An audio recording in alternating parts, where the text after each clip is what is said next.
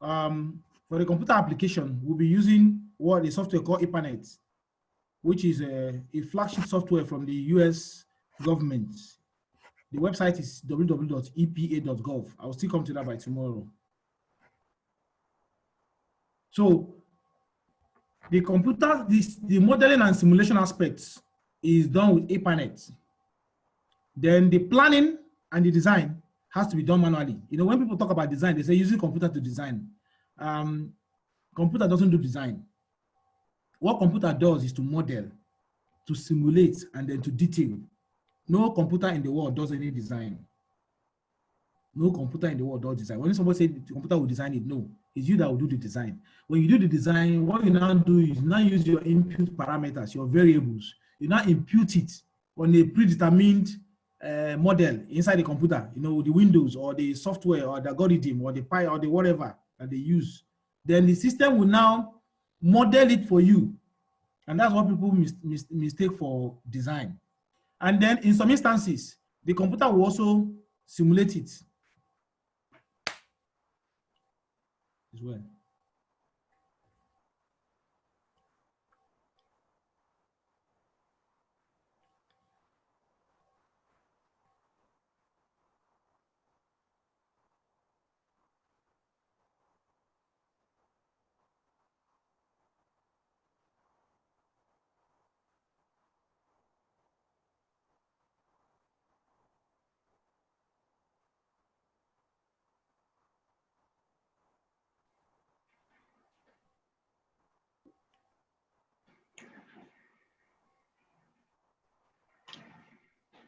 Hello?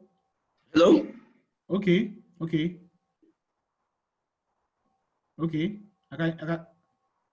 Hello?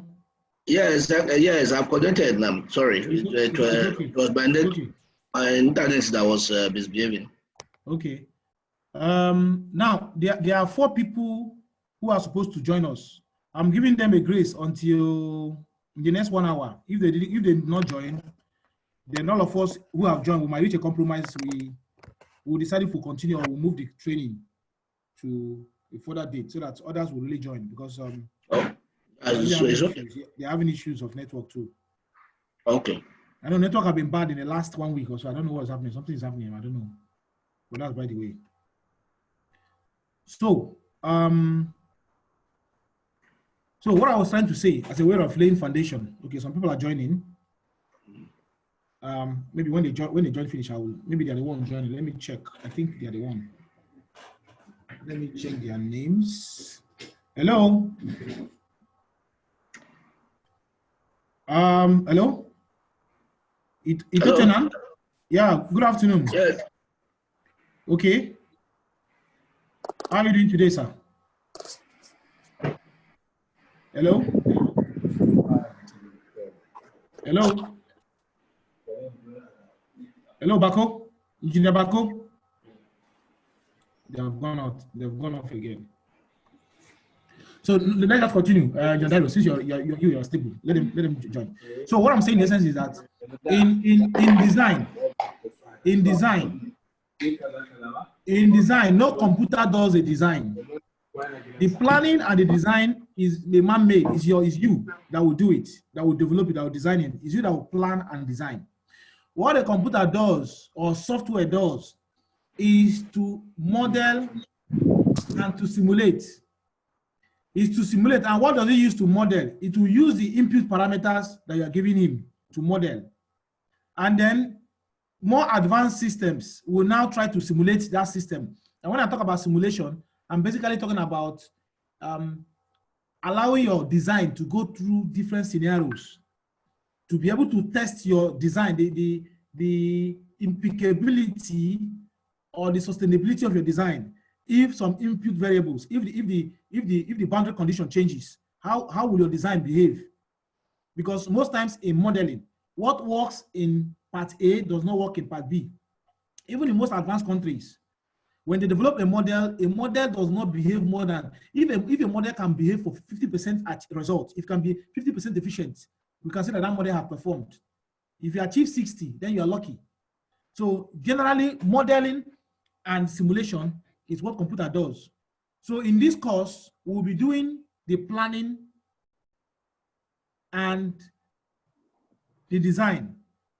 Then based on our flow, our water demand, our length of pipe, our diameter of pipe, you now use it and impute it into the EPANET software. The software will now model and now tell you if this pipe is adequate. The software will now tell you if your pipe is adequate. It will tell you if your velocities are within the standard. It will tell you if there is negative pressure in the system. The software will now tell you if your pump is adequate enough to convey, to sustain that network. So that is what the computer does. Computer doesn't do the modeling. You will do the modeling yourself. For instance, let me, as a way of introduction, let me give us an, for example, let's assuming, okay, let me share my screen.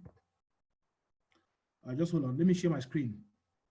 Okay, so let's assuming what I'm going to show us is the training software I have is going to be for, I'm going to send everybody. I've already sent some materials to those who registered on time, but I'm going to send to everyone. So everything you see here on this my folder is you're going to have it at the end of the day. So the lecture materials are, I've put lecture materials on the chat box. The lecture material is here, about 8 chapters. You're supposed to go through them. So in between mid training, I will send it to all of us, or even before we start. Those who have the access to the chat box can see the chat box, but those who joined late might not see it. So I'll quickly resend it again, and I'll share a drive, a Google Drive link where you can even access it from the cloud anytime. You can access it from the cloud. I'm going to share it shortly. So for instance, now, this is one of the exercises we'll be treating today. It will take us 1 hour. This is one of the exercises we'll be treating today. I know you can see my screen. Okay, let me open the PDF so they can be more conspicuous. Gentlemen that are joining us, welcome. Shortly, we'll be introducing ourselves. There is a group, we'll be introducing ourselves shortly. But let me just demonstrate something. So, Engineer Sand, are you there? Yes, I can hear you. Okay, how about you, Bako? Are you there? Okay. Engineer Gimba? Okay. Yes, I'm here, I can hear you. Okay, and Engineer Chimezie Ume and Engineer Brown. Just respond, let me know you guys are all around. Yes, I'm here. Okay, good. Okay, can meet back. So for instance, this is a layout, a simple layout. We're going to be doing this layout. I brought this small layout so that we'll be able to grasp it quickly. If you are given this layout and you are asked to design the water reticulation system, okay, now it has this black stuff you see here are like houses, okay. Now this is already a planned layout. In some cases it might not be a planned layout. In that case, you're going to use land use to determine the population density or the population equivalent which you're going to be using. Now, if somebody gives you this now, say, okay, design a water reticulation system for this. And of course, we can all see that this place is the highest point, 320 meters above sea level. And here is the lowest point, which is at 250 meters above sea level. Now, there's no computer in the world that can design this for you. In fact, there's no computer in the world that can plan and design it for you. It is you that will design it. It is now based on the design parameters that you have, that you now go to the computer and impute it, and then the computer will do the modeling for you. And after doing the modeling, you could see the model of what you've designed. Now, you can now subject your model to model testing or sensitivity analysis or simulation, to use a better word, to use a computer word, sorry. So you now simulate your model on different scenarios. For instance, when we do water reticulation, there's what we call peak value or peak time. Peak value, that's what we call it, peak value, peak time. In a 24 hours, peak time or peak value usually occur twice. Number one, it occurs in the morning time, okay, between 6 o'clock and 8 o'clock. And then in the evening time, between 6 in the evening and 8 in the evening, or 9, sometimes 9. So during those periods, you need to simulate your model using an optimized or scale variable. In water parameter, during those times, you can set to upscale it by a factor of 50%. You tell the system, during this peak time, I want you to assume that the demand of water is twice. Well, I'm going to show you all that using the computer. It will now tell you if at that point, if your system can perform or if your system will fail. Those of us that are into structures, it's the same thing. You load a structure, like in bridge design. In bridge design, what they basically do is to loading. It's just to loading. You know, you design a model of a bridge putting the piers, putting everything, putting a certain number of reinforcement. You now load it with different trucks. You now check if the reinforcement can sustain it. If it fails, you increase reinforcement. That is how bridge design is done. So the same thing applies to water reticulation. Okay, so if somebody gives you this, you expect to get something like this. From this is the layout. When you finish your distribution network, you expect to have something like this. And then when you now want to go and model, you have to put it in a form like this.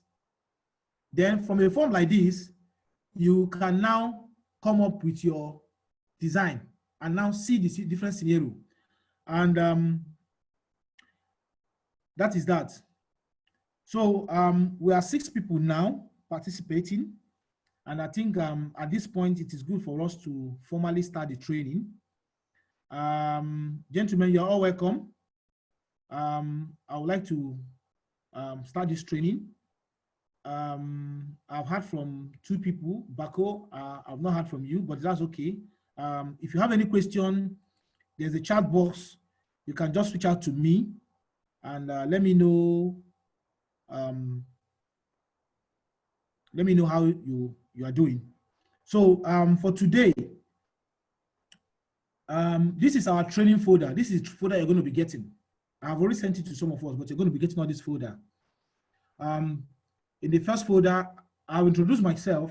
For those who came late, my name is Engineer Uche. I'm the resource person for this training. My background is civil engineering and water resources. And so this training we are having today is part of the course they offer at the University of Stuttgart in their master's course in water resources. This is one of the course, the key course they offer there. So what we did was just to downscale it, to seek their permission. We took it, of course, I'm alumni. We took it and then we're trying to use it to build the capacity of our engineers, because I've gone through the program of UNESCO IHE in the Netherlands. I have their training folder here with me. I can also share with some of us.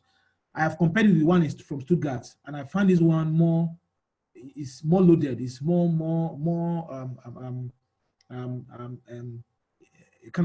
interesting. It's more interesting than the other ones. So here you have the EPANET software. I'm going to send you the folder, as I said. I've already shared it. I'm going to share it in our drive now. Let me see how many people that can see it. Let me go to my drive. This is my drive. And this is the lecture material. So I'm going to share it. This is it. So let me share it now. So I'm going to go to sharing now. And so anyone with the link can see it. And this is the link. Okay, let me make everybody editing so that you can, okay, done. Now, let me know how many of us that can get this. If I'm sending it now to the chat box, let me know how many people that can that will get it and be able to open it.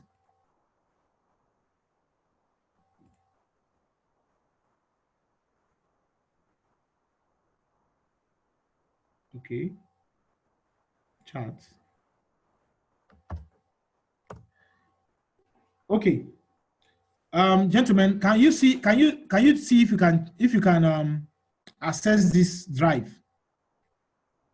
Just click on it, see if you can access it. It might ask you for password. I think it will be easier for those those who have Gmail accounts.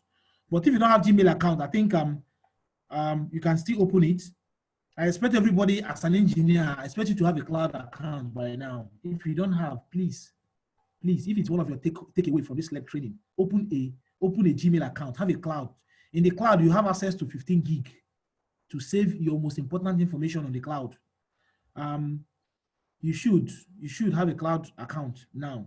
And since there's a free one for those who are using Google. So I think if you open a Gmail account, all you need to do is I think this is outside this training, but let me just demonstrate this because I have passion for this. When I see engineers lose their most important file, it hurts me and I begin to wonder, what have you been doing? Now, this is it. If you open your Gmail account, if you have a Gmail account, if you open Google, there's this dot here. There are about 9 of them written called Google app. If you click on them, you see all the Google products. Here is map, here is your account, here is YouTube, here is my business, here is Google Play. Everybody knows Google Play, where you go to download your apps. Here is their news, then here is the Gmail. Everybody uses, most people use Gmail.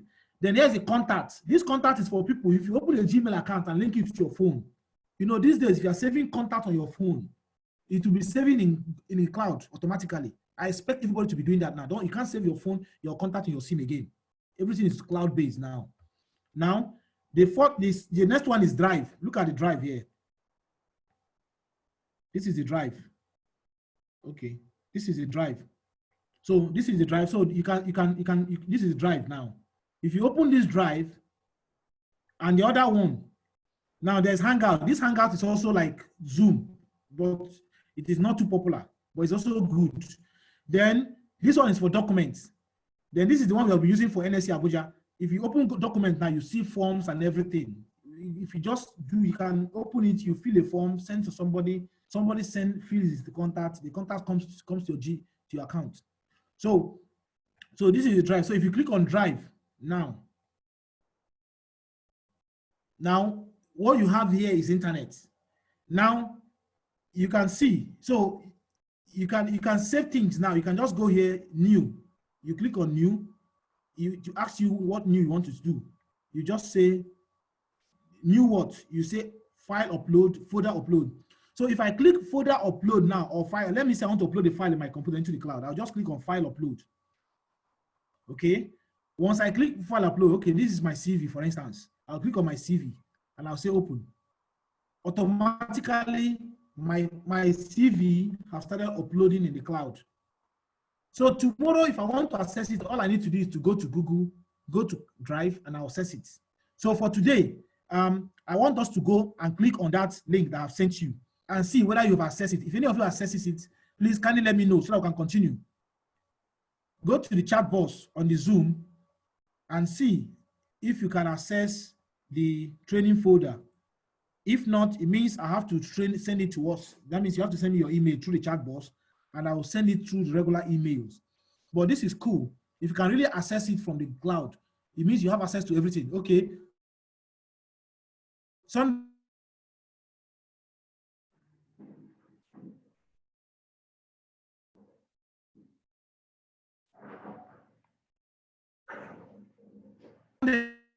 You got it? You got it? Yes, yes. Were you able to access it? Sure. Good. No, so we are good to go. So I don't even need to send you anything. You can go there. It's going to be there as long as you have a drive. I'm not removing it because what I've done is that I've shared the link with you.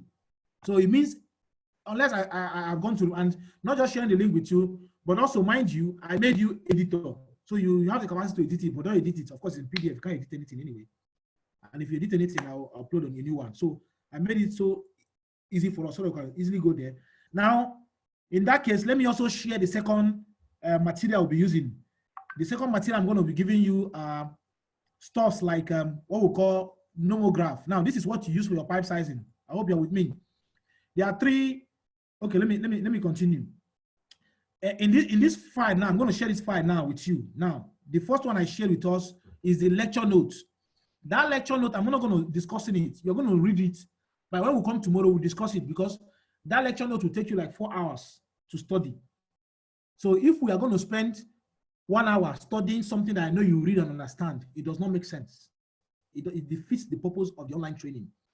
The online training is to show you those ones that might be difficult for you to grasp. And that is what we'll be laying hands on. Those intricacies, those water demand calculations, those peak value calculations, those peak factor calculations, those land use calculations, those how do you use the calculator display network from bottom top. That's what we're discussing in this training.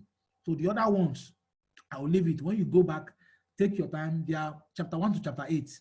It will take you 30 minutes. 30 minutes or less to read each of the chapters. So if you dedicate 4 hours of your time tomorrow, you're going to read the 8 chapters and you're going to be at par. It's to bring you to speed, to the level of a water consultant. That's what, just to lay the foundation. You know, as a water resource engineer, you're meant to, you know, use the terminologies of water. Good. The second folder I'll be sending to us shortly is this one. I'll be sending it now. Now here, it has a lot, but one of the key things that I want you to know is that it has what they call nomograph. This is what you use for your pipe sizing. People have difficulties. After determining your flow, after doing your population density, calculating your flow, and then you get your discharge. Your pipe size is a function of your discharge. Of course, you need 3 parameters to size any pipe. You need the frictional factor of the pipe or the roughness factor of the pipe. Okay. You need the slope of the pipe. And then you need the discharge that the pipe is expected to convey. But in roughness, different materials have different roughness. PVC or MPVC, they have the least roughness. Their roughness is below 0.1. So if you look at this place, you see Nomograph 0.1. It means if you want to size a water reticulation system and you're meant to use a PVC pipe, this is the pipe, this is the graph you use. If you're using ductile iron, it's a bit rough, it's rougher. Therefore, you're going to use a Nomograph of 0.4. If you are using things like concrete to size your pipe, yes, concrete or asbestos ceiling, they are a bit rougher. So you're going to use a Nomograph of 1.0 and above. Now, let me open one of these charts. So this is what the chart looks like. So we are coming to that. We won't come to that. I'm just trying to demonstrate to you the content of this lecture and things you're going to have. Because the whole idea, let me tell you something, it's not the money we're paying. That's the vision behind this training that we've been doing for 2 years. That more than 300 engineers have passed through this training. I have their names, I have their emails, I have their contacts, and they are very happy about it. Our idea is to add value, is to add value to bring in capacity to people. That's why we're not holding back in giving you materials. We'll give you all the materials you need. And I hope and I pray that you can find time and study them. They're going to be of immense value to you. So here you have the drinking water requirements. You know, in doing water reticulation system, before you in the planning stage, sorry, you also have to do some tests. You have to test your, if you are using groundwater, you have to do your geotechnical test. You have to do the water quality test. If you are using surface water, the same thing. If you are using water for long-term supply, you are using the same thing. So in this place, you're going to see WHO standard, European standard, and then German standard. So here you look at you see the biological parameters, the chemical parameters, and then the physical parameters. So there's in water quality, in water testing, or in water analysis, we have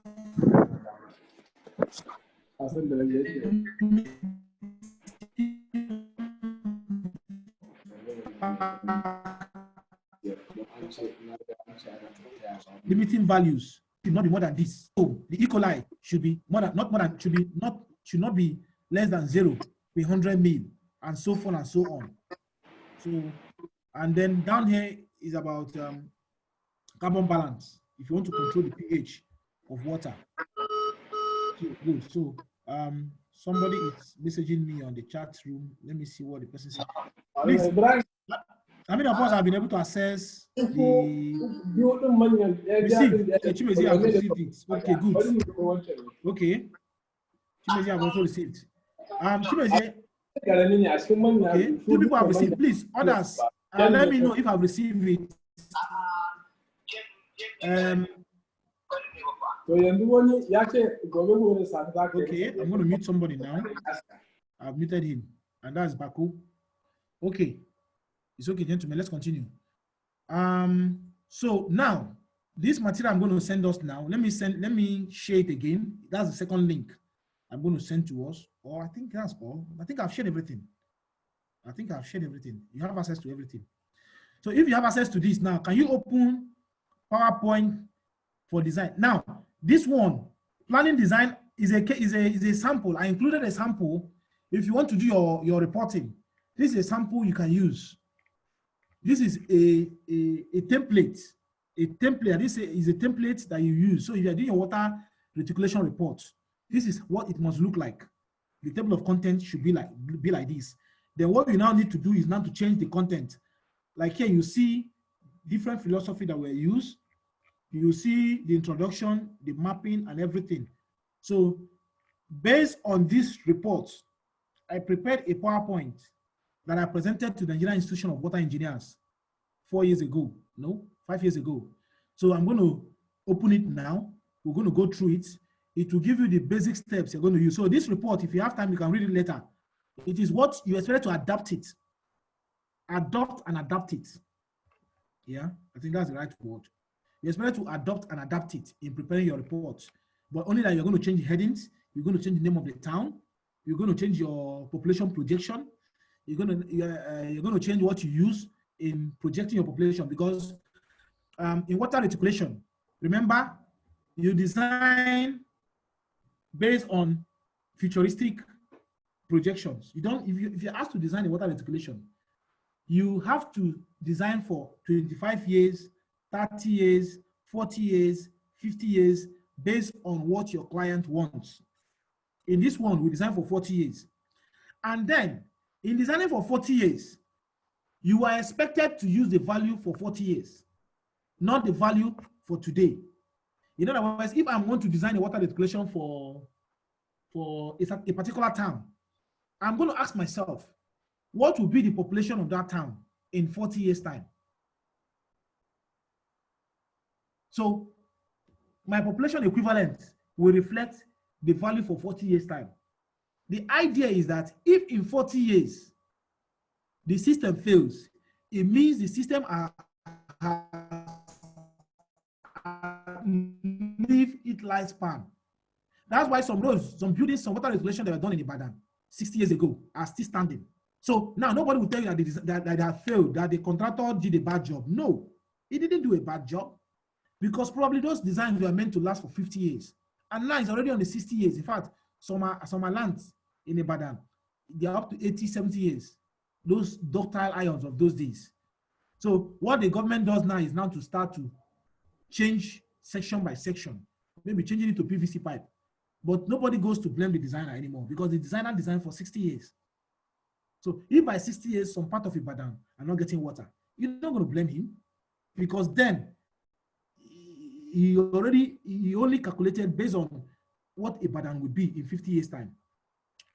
So this is what you're going to get. Now, to start this training today, in the next 30 minutes, we're going to be looking at this PowerPoint called PowerPoint for Design Case Study. So I'd like you to open it.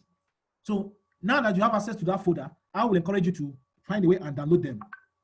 You can download them, but if you're here to download them, we have to move on. Even the what you have here is some exercises. What you have here is the manual for EPANET that we'll be doing tomorrow. So if you want to run EPANET, this is the manual. You can use it. This is the water quality, and this is a case study we're going to be doing today shortly. So let me open PowerPoint for design case study. I will rather prefer to use PDF to open it.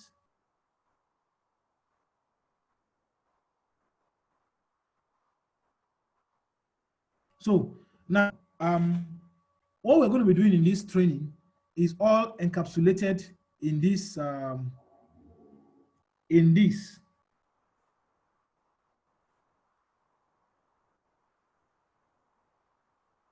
Hello?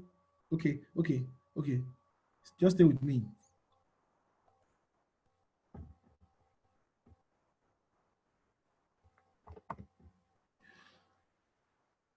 Okay.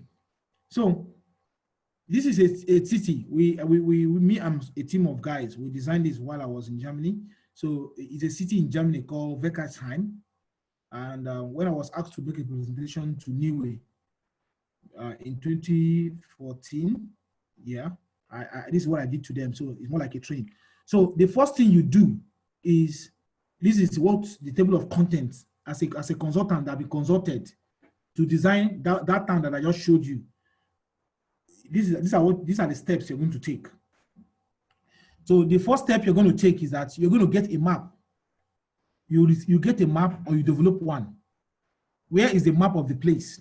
Now, it's not just a map, because a map might be a pictorial view, but it has to be a map with a topography.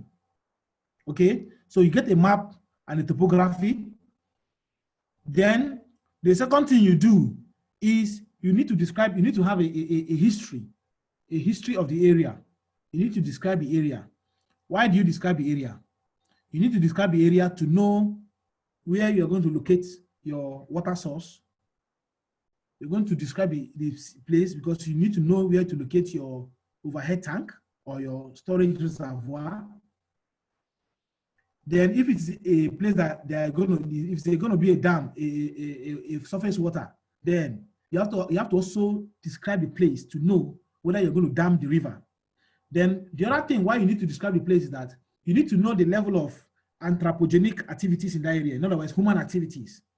You don't go and locate your water source in a highly populated, in a highly dense area. You don't do that. You don't locate your water source in a place that there is a close by landfill, or there is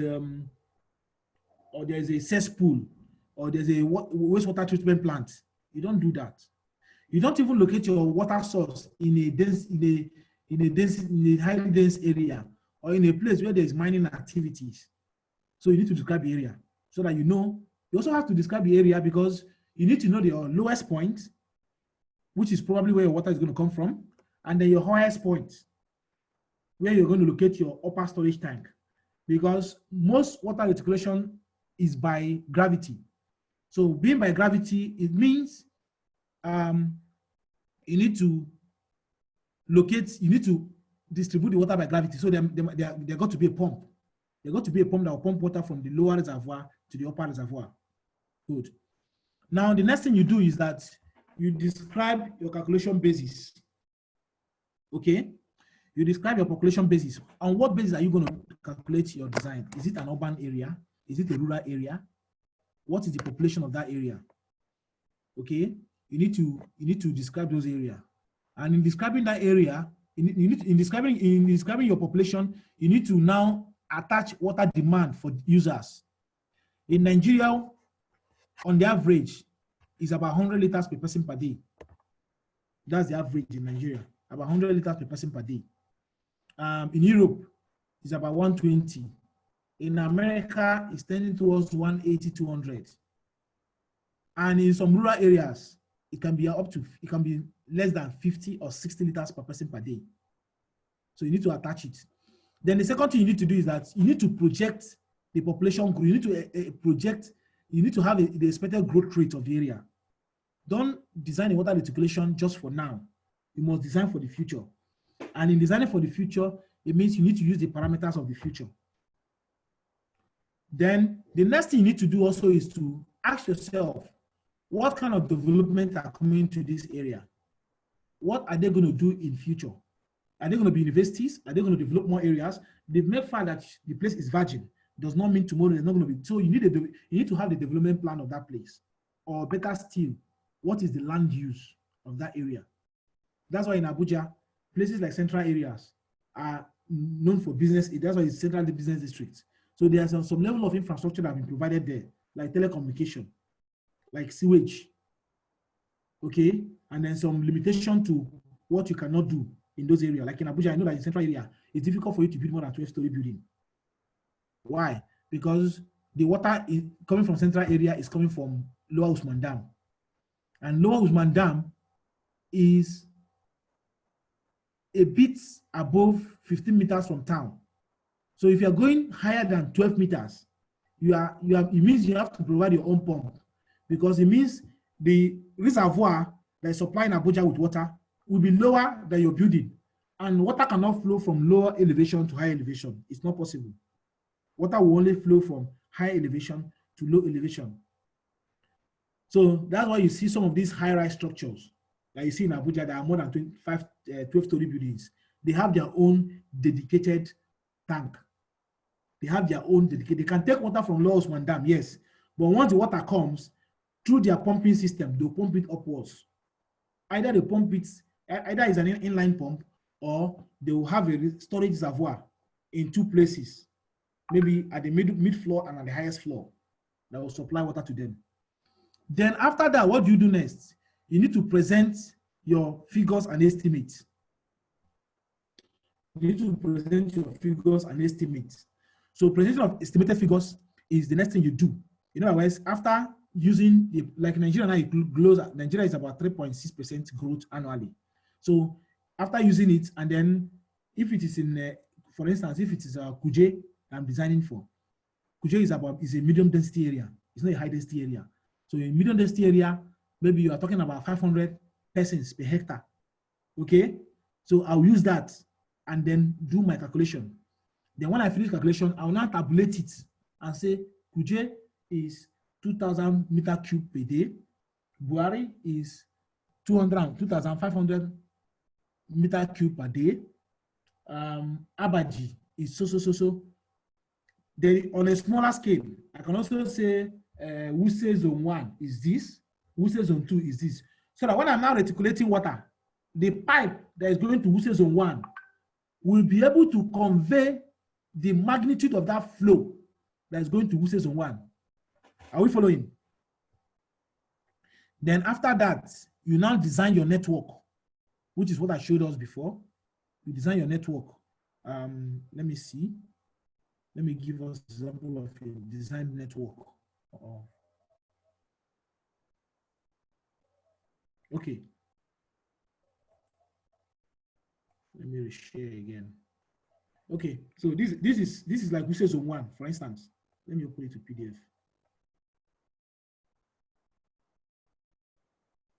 So this is like the Abuja area, for instance. This the whole of this. Let me get my annotation. Okay, so this is like Lower Usman Dam, for instance. Okay. Okay. Later I'll show us the map of Abuja. So this is now the network. This is how the network will look like. So you can see ST is storage tank. This is node 1. So let's say this node 1 now is going to Papi. Sorry if you are not from Abuja, forgive me. Then this one is going to central area. Then from central area is going to Wuse, to Asokoro. From Asokoro, this one is going to Guzape. This one is going to Apo. This one is going to Galadimawa. Then this one is going to Airport Road. You know, that kind of thing. So your job now is this demand here must capture all the people living in Airport Road. This demand here must capture all the people living in Apo. This demand here must capture all the people living in Galadimawa. This demand here must capture all the people living in Guzape, Asokoro, central area, and so on and so forth.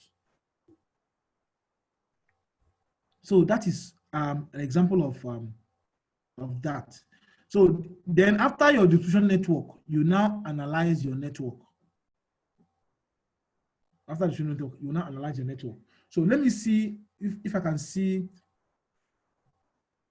a map of Abuja. I think I've done something like that. Let me see. Let me show us the design of Abuja so that you can really, okay, good. I think we have it. We are lucky. Okay. Let me show it to you through EPANET. So let me open EPANET. This is EPANET. So just give me a minute. This is my document, work. Okay. So I want to demonstrate something, gentlemen. So I'll go here, I'll say open. Let me open the design work.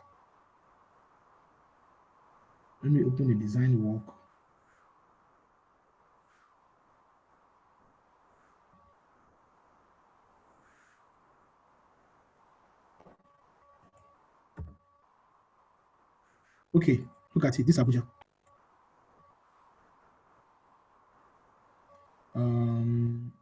Yeah.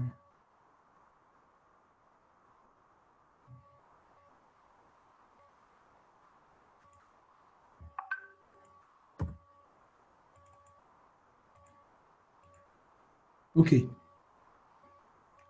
Now, this is what Abuja looks like. This is using EPANET to model Abuja water reticulation system. Now, this will like now. EPANET is beautiful. If you want to see the network, let me show us the map only. Yeah, let me show us only the map.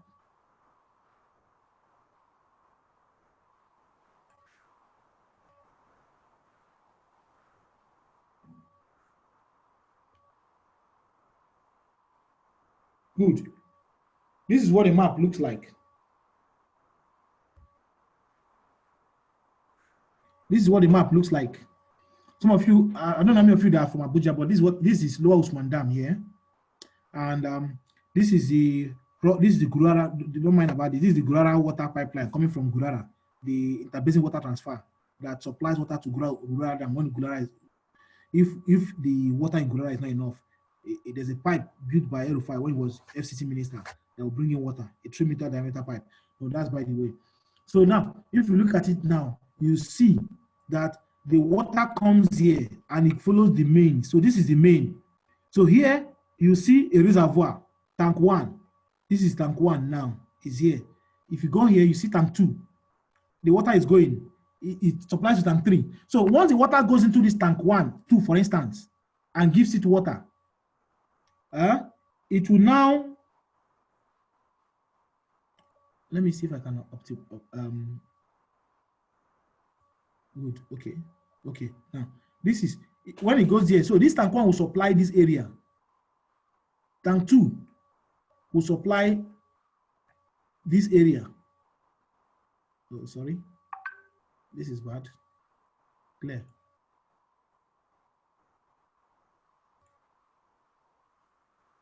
Okay. So it will supply this area. Then the water will be going. So each of these pipe you see here is about 1.5 meters diameter. These pipes, some there 1.2. So in the beginning, it will be 1.5. Okay, as it's going, it's reducing to 1.2 and so on and so forth. So this tank, for instance, this tank 3 now. This tank 3 is somewhere around Mogadishu barracks. Okay, so it will supply water to this area. Then this one is tank 4. Tank 4 will supply water to this area. So you see that all of them, all the water reticulation have their own tank. Every area has a contingent tank that is supplying water to that area. Okay, so now the next thing you do now is to do your analysis. If you now do your analysis, you now conclude, and that will be the end of your training. That will be the end of the design. Now, all the things I've stated here now, in the next few minutes, let me just demonstrate how it is done. The first one is introduction. What do you mean by introduction? How do you introduce? You introduce the area. For instance, you bring the map of the area, you speak about the area, you talk about the rivers that are connecting it, you talk about the design objective, you talk about the study area. The study area, you review the study area and tell them what about the study area. Then here also, you can go to Google Map and put in pictures of the area. Now, why am I doing this, all this thing? I'm trying to demonstrate to you that what I'm trying to demonstrate here is to show you that in doing your design, you either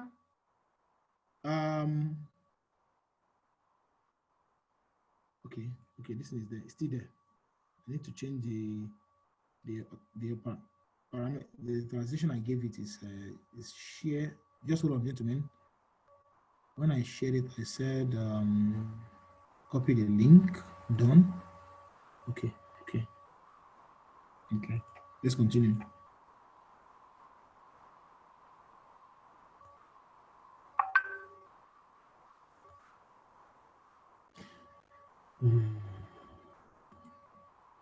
Okay, so you can also snap pictures of the area and include. Now, what I'm trying to demonstrate to us now is, let's assume you are a consultant, because this training is meant to train you to become a consultant, at least to have an idea of how. So if somebody, we are assuming that someone have consulted you to do a design. Now, in doing your design, that's what I was saying, those who didn't come early, you must plan and design as an engineer. Your job is to plan and design. The job of software is to model and simulate. No software in this world does design. Of course, no software does planning. They can aid you to plan. They can aid you to design, but the design is a function of you, engineer. Why is it so? Because it is you now that will know what water will I assign to this area. It is you that will know what is the standard of living of the people I'm designing. If you are designing for those in the village, for instance, you can tell yourself, look, they are farmers. They only take their bath once a day. Most of them don't use conventional WC. They use pit latrines. So pit latrine does not require water for flushing. Okay, you can tell yourself, they don't need to be. They normally go to the stream to bathe. Therefore, the water demand, the maximum water demand per person should be 40 liters per day or 50 liters per day. But when you come to Abuja, to Asokoro, or to Maitama, come on, you should be talking about giving them 150 liters per person per day. Why? You tell yourself, look, these people have swimming pools. These people have cars. They will need to wash their car. These people have showers. And of course, in Nigeria, when somebody owns a shower, he can stay in the shower for 30 minutes. He doesn't care. Or he has jacuzzi. Or he has swimming pool. So you see, some things influences your design parameters, they influences your design judgment. No computer in the world can do that for you. So this training will now help you to know how do you design? What are those parameters do you value? What are those input parameters do you use? And then how do you do the calculation? It is from that calculation that you now go to the computer, to EPANET, and you now start to impute it, to model it. So you can draw sections, you can do zoning. Here is zoning. Here you zone. I don't want this to confuse us, but normally in water reticulation, when you come to an area, not every area will be in the same zone. Some area might be higher than your tank. It means you need to locate them to a different zone. Okay, now you give the background of the place. In this one, we said the study, according to a study of future population growth in Germany, till 2060, there's a wide range of negative population growth. This is true. A country like Germany, people are no more, their birth rate is about 1.3. In other words, average of one child per family, or if there's something like 1.5 anyway, 2. But in Nigeria, I can tell you that average is between 3 and 4. And that's why our population growth rate is about 3.6%. Okay, somebody can argue that in the north it might be more, yes, but in the south it can be far, far less. So at the end of the day, everything will average out. So all these things now, you now bring up your own theory. You know, why are you designing? What is the background? Okay, if you are designing for Apapa, you tell them that Apapa is built up. We don't expect any significant population growth in Apapa. But if you are talking about Lekki, what's that road again? That road from Ijebu-Ode. If you are designing for that kind of place, you know that place is open. That Lekki road, Epe. No, not Epe. Yeah, is it Lekki Epe road? Yeah, that road. Yeah, right. It's opening by the day. So if somebody is designing for water reticulation there, you must tell yourself that look, Lekki is growing at the rate of 5%. Therefore, 100 people in 2020 is going to be 200 people in 2030. So therefore, I'm going to use 200 people to do my design. Okay, and that is what is happening here. Now, if you look at this chart now, you see that this center of town was 4,200 people today. But in the future, is expected to be about what? 6,300 people. That's about 15% growth rate. 15% increase, not real growth rate, because this is over 40 years. Then this population of this town is 950 today. In 30 years' time, it's going to be 1,200. So it is this value that you use. So the next thing you now do to this value is that you now assign water reticulation to them.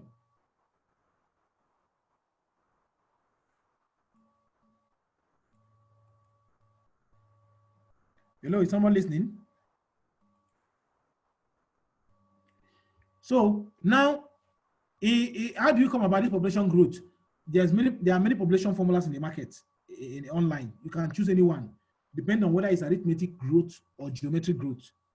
Okay, good. So you can choose it. This is a typical formula that can be used for population growth. So you use it, and then so that if the number of population equivalent today is 100 people, by this formula, you know what the population will be in 30 or 50 years time.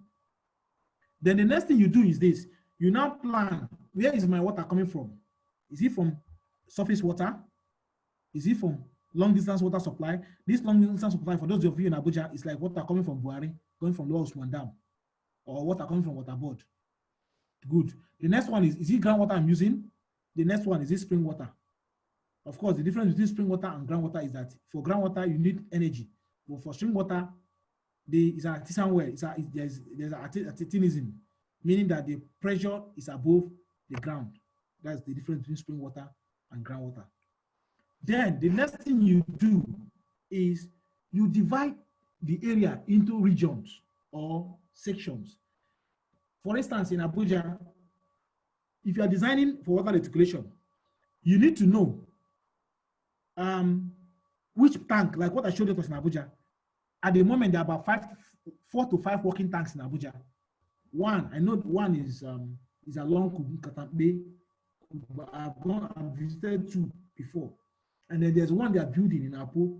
The one they are building in Apo is expected to service Lokogoma and Gudu. Then the one serving Gwarempa is somewhere around Katambe. And that's why people in Gwarempa are always having problems. I will still come to that because the head difference between Gwarempa and that place is not too much. So most times, if the water level in the tank goes down, some houses in Gwarempa will not see water. Okay, that's by the way. Now, we're going to do a small exercise here, gentlemen. Here you will see that this city has about 4 tanks servicing it, about 4 tanks. And each of these tanks are servicing different district, sub-districts within the district. Now, this is a town. The color coordination, this different color shows you district. Okay? I wish I can open Abuja map for us so that I'll show us what I mean by district. I think I can. Okay, later on I'll open a map of Abuja so I can see the 6 area councils in Abuja. That sometimes you might not use only one tank. You can have different. Imagine Abuja Central Area, Abuja City, FCC, Federal Capital City, has about 4 tanks or 5 tanks. That's phase 1 of Abuja, has about 5 tanks servicing it. So you imagine that in a district, you might have like 20 tanks. You might have, depending on the capacity of the tank and the availability of resources. So in this one now, there are tank 1, tank 2, tank 3, tank 4, servicing different areas. For instance, tank 1 is servicing housing Fochley with a peak water demand of 198.8 meter cube per day. It's also servicing Commercial East with a peak water demand of 706 meter cube per day. The question is, how do they come about these figures in order to design this primary pipe? Now, what you have here is what we call the mains. These are the main pipes or primary pipe. From the primary pipe, you also have the secondary pipes. It's not showing here. The secondary pipes are those pipes that goes to the street. Then you have the tertiary pipes. The tertiary pipes are those ones that now goes into the plot, property service plots, into the people's houses. Okay? Then you now have the service pipe. Service pipe is the one that goes into your house. So most times when you call a plumber to come and work on your house, he's going to work with the service pipes. He does not have the power to work with the tertiary pipes or the secondary pipes, not even to talk of the primary pipe. The primary pipe is an exclusive property of water board. Even the secondary pipe, the one that goes to the streets, the primary pipe is that one that comes into this area. And let me give us an example of what I mean by primary pipe. For instance, look at this. This is Abuja. Okay. This one you see here, taking water from Lower Usman Dam, is the primary pipe. Those of you going to Kubwa Road, you see some big pipe they have laid. They are trying to lay, sorry, from Dawaki. or those from going to Apo, those from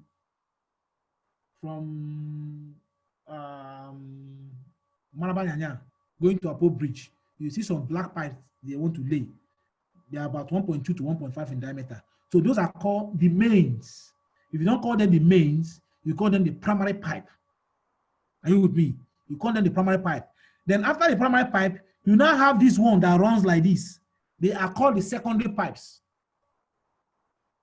So if you're looking at this map, what you are seeing here is the primary and the secondary pipe. You can't even see the tertiary pipe. The tertiary pipe are the ones that now goes through the street. Lome Crescent, Okeke Crescent, Adebayo Street, Musa Drive. That is now, those pipes that you see there are now called the tertiary pipes. But the one that along the main corridor, like for instance, the one that longs parallel with Bega, if you're going from Bega to Area 1, there's a pipe running along that road. That can be called the primary, it's called the secondary pipe. But the primary pipe is the one running from Lower Usman Dam, passing through Katampe, passing through, going to Pape, going to the barracks, then turning at beginning of I-6. I-6 is where Marabanyanya meets, where we have this airport plane. Then coming down to Apo Bridge. Then from there, it connects to Area 1 again. And this is this one. Some of you might not see it well. You see this pipe now. This pipe, this is Ring Road 1. This is Ring Road 1. Ring Road 1 is from Kubwa Road, the intersection between Kubwa Road and Pape, coming to Jahi, coming to Minister's Hill, coming to Barnes Junction, coming to Bega Junction, coming to Wuye Junction, coming to Area 1 Junction, then ending at Apo Bridge. This is that road. The pipe have not been laid. The body pipe will soon be laid. That's why it is on a blue line. All these one on blue lines have not been laid. Remember, Abuja is only 20% built. It will shock some of us. This is Abuja you are staying. There's still 80% of Abuja to be built. 80%. Some say 75%. But in my own calculation, it's about 80% of Abuja have not been built. So take note. What you're only seeing here is phase 1 of Abuja. This is phase 1. Who say this is Jahi, Maitama, Asokoro, who say blah blah blah. Everything is here, and that is the only place that have been reticulated. Phase 2 has not been reticulated. Phase 2 is now Jabi. Phase 2 is Jahi, Jabi, Utako, Durumi, Uye, and so on and so forth. Gudu. That is phase 2. So all of them are within this area. These areas I mentioned now are here in the Abuja map. So they have not been reticulated. It is recently that they said they are going to sign a contract with Chinese government to fund it in what they call Greater Abuja Water Supply System. That will cost us about 270 billion.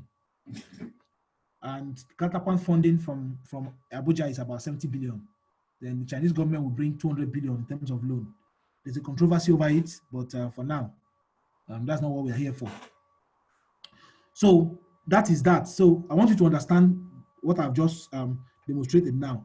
Now, we're going to do a simple exercise now. Let me go to dashboard. Let me show us an example, because we're going to, I don't know this example. I'm going to give us, you're going to calculate, we're going to do pipe sizing of these things now. I'm going to ask us to size them, but let me first of all show us how to do this pipe sizing. Because when we finish, you're going to tell me what is the size of these pipes and how did they come about this. So I want to show us how they come about this. Okay? Because what they have here is like telling you that the whole of Wuse Zone 1 is this. Wuse Zone 2 is this. Maitama is this. Asokoro is this. So your job now as engineer is to know the size of pipe going to Asokoro is going to convey water of this magnitude. Therefore, what is the size? You now use your graph, your chart, based on this value you got now, based on the type of pipe you're going to use, and which is a reflection of the roughness factor of the pipe. And then what is the slope between where the tank is located and where the consumers are. Those three parameters, if you have them, you will size any pipe. Are you with me? Okay. Now,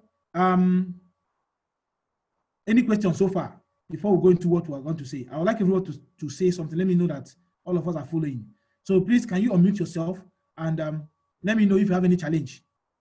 If there's no challenge, we'll go on, or just say I'm okay in the chat box. If you know you've been hiring me, you are okay, you are following, just say okay. Just go to the chat box and type okay before we continue. So if I get up to 50% okay, Gina Gimba say it's okay. If you know you're okay, you're following, okay. Sunday say it's following, good. I need 2 more people, 2 more persons to just indicate that they are following, then we'll continue.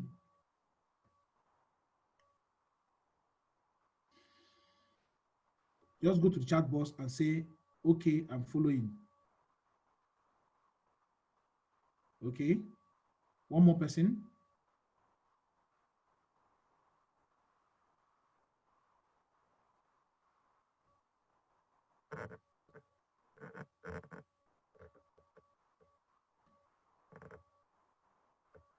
Okay, Chimize, okay. Now, we are good to go. So now, let me demonstrate something to us.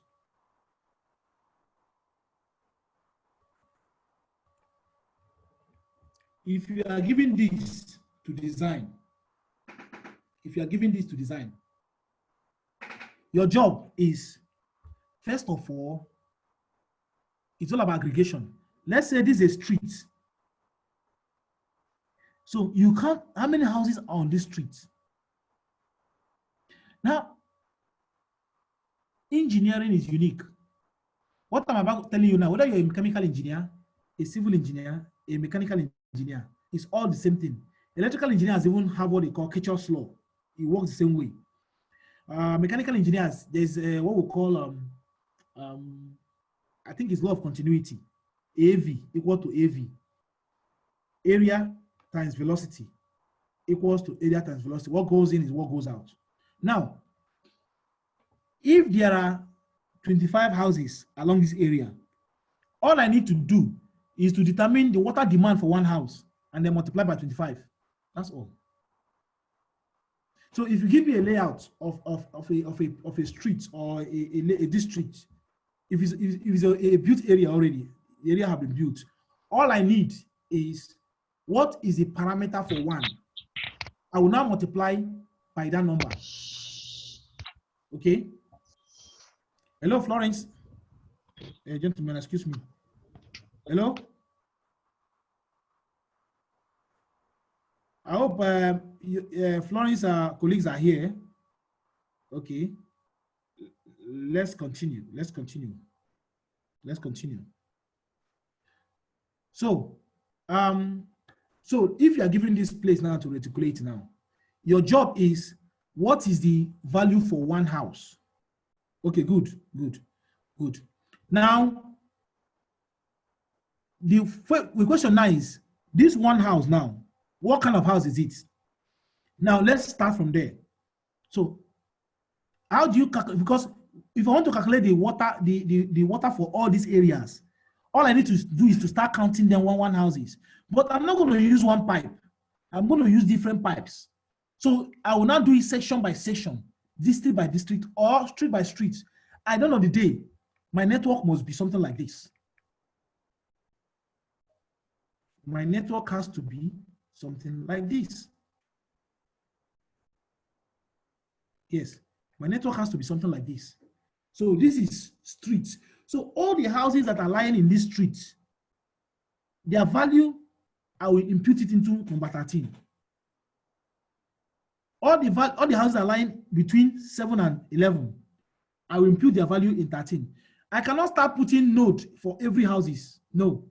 So once I draw this line, is a model. So what this model means, this is the beginning of the street. This is the end of the street. This is the beginning of the street. This is the end of the street. In other words, this street, if you come here, it takes a Y deviation, goes here and then comes here. The dotted lines, you can ignore the dotted line, because the dotted line is if you are doing a loop system. So for exercise we're going to do in this class, in this course, forget about the dotted lines. We're going to do a branch system, because there are two ways of drawing a distribution network is either the loop system or the branch system. Loop, L-O-O-D-O-P, is a loop system. So now, I'm going to demonstrate something now. So let me quickly go and get myself a pad. Okay, test. No. Okay, a whiteboard. Let me give myself a whiteboard. So this is a whiteboard now. Now, if you want to design, the first thing, the formula, the basic formula for water reticulation, for design, water reticulation, as I said, is what we call AV must be equal to Q. Okay? And this means area times velocity. We all did engineering. We should know, we know this formula very well. We all did engineering, so you know this formula very well. So area times velocity. So if I now, the area now is the diameter of the pipe. So if you're using, for instance, if you're using a circular pipe, for instance, a circular pipe is pi diameter raised to power 4. Please forgive my, I don't know where to see pi in this system. So, but let me use n as pi, sorry. I hope it works. Yeah. Divided by 4, which is something as pi square times, is it pi r square? Yeah, pi r square is something. Yeah, pi r square. It's something as pi r square for a circular pipe. Of course, for a rectangular pipe, you know what it is. So once you're able to get the area multiplied by the velocity, it will give you the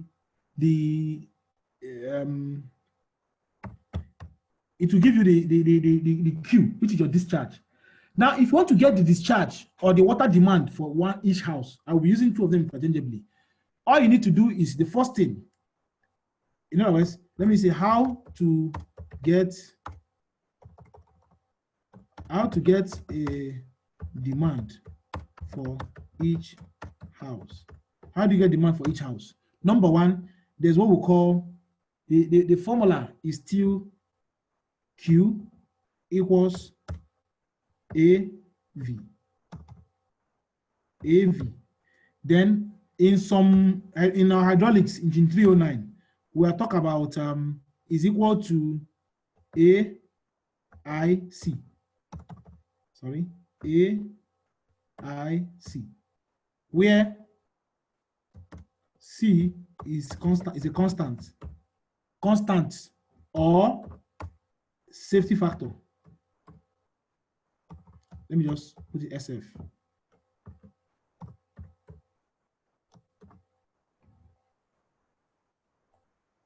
Are you with me? So now, let me assume for a 3-bedroom,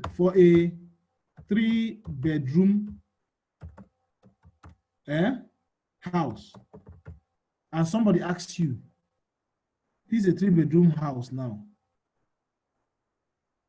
and somebody asks you what is the water demand. The first thing you do is a 3-bedroom. How many people are in the 3-bedroom? Let's say there is the population equivalent. PE means population equivalent.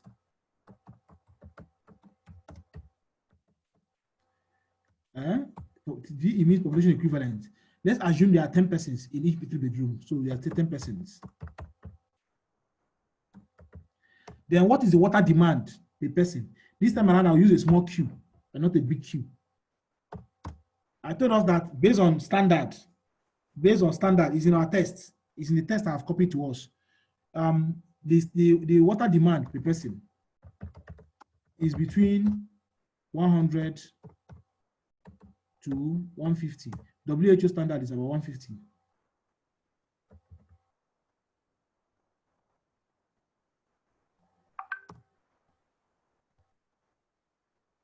So it will be between 100 to 150. But for the purpose of this class, let us assume 100 liters per capita per day.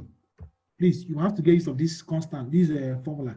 So this 100 liters per capita per day is means 100 liters of water. That's what one person. When I say per capita means per person.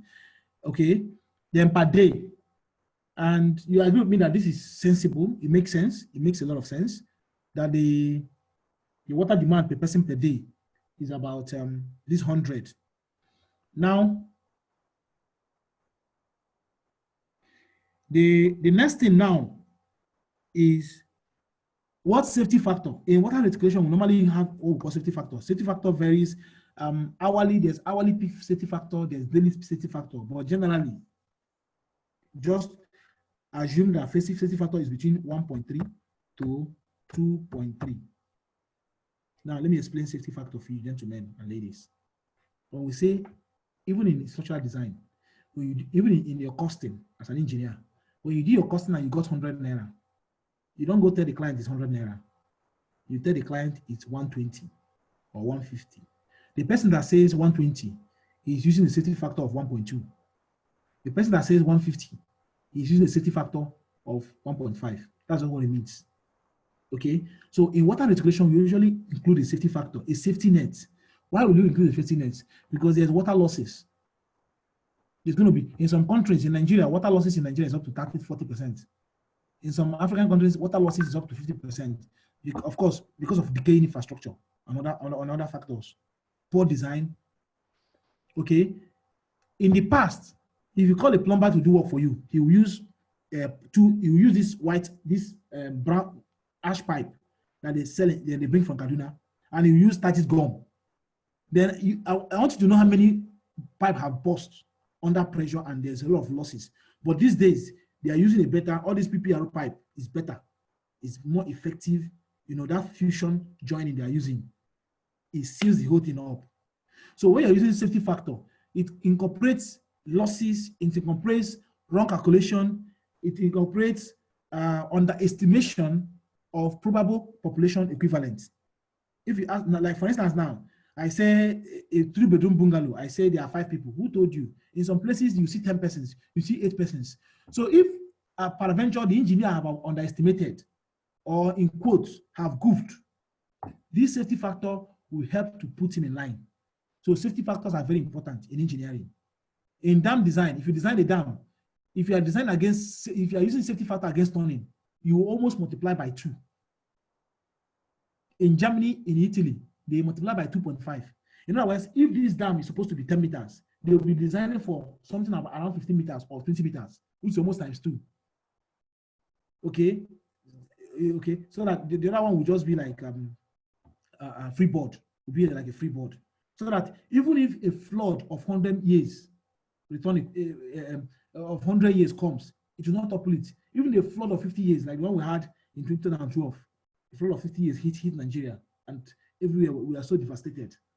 Okay, and in Abuja, I think in the last couple of years, there have been like recently there's a flood, a 5-year flood that hit Suleja in no, it's not even a 5-year flood. I think that's a 3-year flood, because the last time it happened was about 3 years ago that Suleja was flooded, and I think last week again or early this week, Suleja was flooded again, and 10 people died. 10 people died because of course, it's a high flood. The flood doesn't come every time, but it comes. It has a return period. Okay, that's by the way. So if you multiply these 3 things, now let me ask you something. If there are 10 people in a house and one person is using 100 liters, please, how many liters will 10 people use? It's very simple. So your Q, this time is a big Q. Big Q will now be population equivalent times small q times safety factor, which is equal to 10 people in the house, and each person you are giving one person 100. You are saying the maximum water this person will use in a day is about 100. And then finally, to be safe, to play safe, and to conform to engineering design parameter, you need to multiply by a safety factor. And in this case, let us use a safety factor between 1.3 and 2.3. Let's use 2. Are you with me? So here I'll say assume 2 for our training. Okay, so we'll be assuming 2. So in other words, I'm assuming that each person will need 100 liters of water. But I'm now saying I'll multiply that value by 2 in case the person needs more. Maybe tomorrow he goes and buys a car, or he starts a garden and starts throwing away water. Or instead of 20 persons to live in my house, they go to the village and bring 10 of their brothers to come and live in that house, and they become 20 persons. So you know there's going to be water stress. So this safety factor will help to make sure to cushion the effect of that stress. That's just what it means, basically. So that is that. So now that means what we now have here is what? 2,000 liters per day. 2,000 liters per day. Now, where is my C? C is no longer there because the 10 persons is also, the unit of 10 persons is in C. Capital. So if you multiply this by this, you get liters per day. So in this is now the value for one house, but our units must be in liters per seconds. Units must be in liters per seconds. Why? Because that is the smallest unit that can give you the pipe size. And our chart that we are using, the monograph we're using, is calibrated in liters per second. Is somebody with me? It's calibrated in liters per second. Our monograph. So we need to convert this thing to liters per second. Now, if you remember our school days, if you're converting day, if you want to convert day to seconds, you multiply how many hours are in one day? 24. How many minutes are in one day? How many minutes are in 1 hour? There is 60. And how many seconds are in a minute? There is 60. So you multiply 60 by 60 by 24. That will give you 86,400. I want you to flash back in your year 2 in university. Some of us, that's 20 years ago. Some of us, 10 years ago. Some of us, 5 years ago. During your year 3, sorry. Year 3, year 4. You must have come across this value in your hydraulics, engine 309 or thereabouts. So if you want to convert day to seconds, you have to multiply by 24 by 60 by 60. As a formula, you can try it on your own. So this value now, we'll now multiply it, we'll now divide this value by 86,400. And the value we're going to get will now be in liter per seconds. Okay? And what is that value? That value will be 2,000 divided 86,400, which will give you 0.023. So this 0.023 means this is the value that 0.023. This is the amount of flow that need to flow in a pipe supplying water to a 3-bedroom bungalow of 10 persons. So at every seconds in a 24 hours period, 0.023 liters of water is expected to be flowing in the pipe. So assuming now there are 100 houses. Assuming now there are 100 houses. You see, it becomes easy. That means the amount of water that will be flowing will simply be 100 times 0.023. And that will give you 2.3 liters per second. Now, assuming there are 1,000 houses,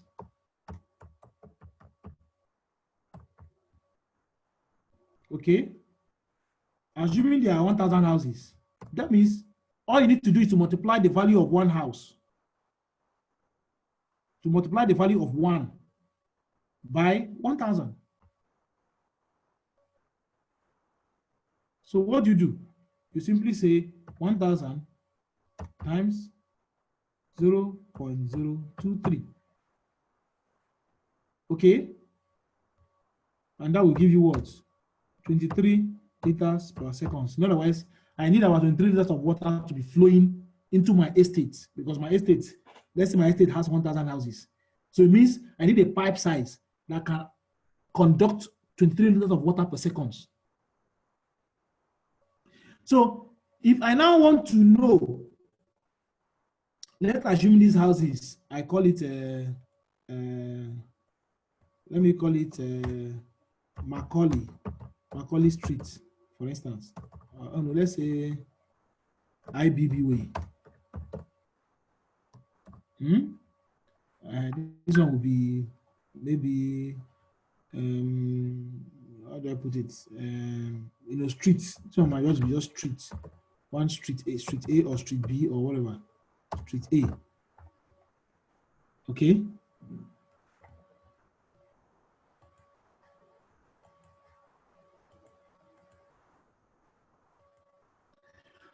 So, are we together? Now, if you convert this back, if you want to convert this back, if you do backward iteration, 23 liters per seconds is equivalent, is the same thing as 23.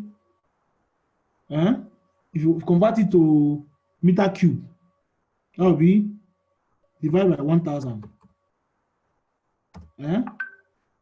Then converting seconds to this thing. So let me just say, if you want to convert this back to meter cube per day, you just multiply by 86400 and divide by 1,000.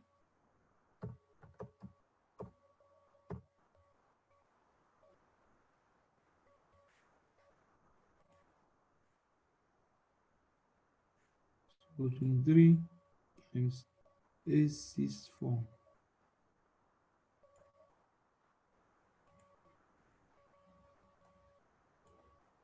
19,873.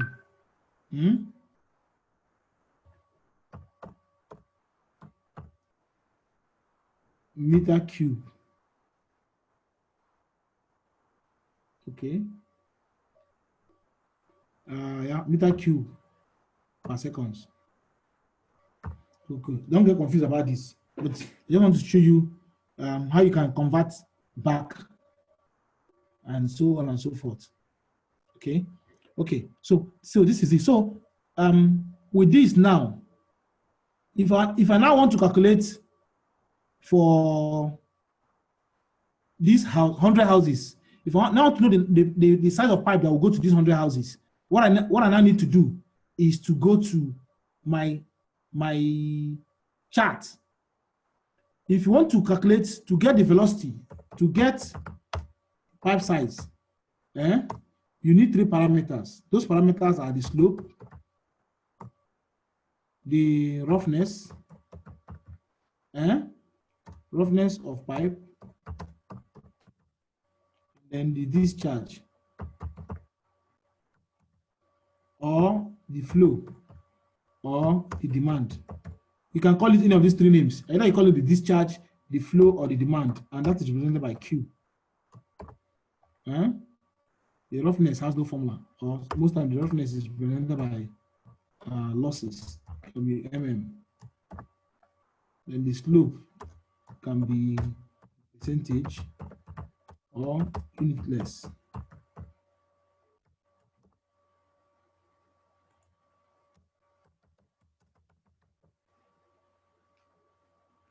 So that is it. So in our training in water reticulation, your job is to get the discharge. Once you get the discharge, you now use a chart. You don't need to go through Manning's and Manning's formula, all those complicated formulas. You don't need it. Once you get your discharge, you now go to the chart. And I've given us the chart. The chart is in our materials. Is in under The chart is under workshop. There are about 3 charts there. But for this training, we're using PVC pipe. We're going to use the PVC pipe, very smooth PVC pipes. So I'm going to open this first chart, and that is the one for 0.1 mm, the one with the lowest losses. The one with the lowest losses is the one I'm opening. So this is what the chart looks like. Please, I would advise you, those that are coming from our office, please, tomorrow morning, use your plotter or your printer. Print it as A3 or A2. This material is so resourceful, gentlemen. It is so, in one of the things I'll be teaching you in this training, the fact that you have access to this material. Remember, those of you that are civil engineering, remember all those charts that we used to design columns. Remember all those charts that we used to design reinforcements. Remember all those tables that we see in Enuga's table. This is what it looks like. Once you have this chart, all you need to do is to find a way and calculate your discharge. Once you get your discharge, with this chart, you're going to get it. So I'm going to teach you how to use this chart to do your pipe sizing. Now, on the horizontal axis, somebody is asking question. Let me see what the question is. On the horizontal, I want you to open the pipe. Everybody open the chart and go through it. On the horizontal axis is your flow. Vertical axis is your slope. Then on the diagonal axis is the diameter of your pipe. On the other diagonal axis is your velocity. So what you have here is velocity. Okay. Okay. It's a question. Yeah. Okay. Okay, good. Gimba say meter cube per seconds. Oh, is it per day? It's not per day. Wait. Okay, it's per day. Oh, gentlemen. Oh, gentlemen, thank you so much. No? Yeah, it can be per seconds again. Please correct this. This is per day. Please, thank you so much. It's per day. I'm wrong. I'm wrong, please.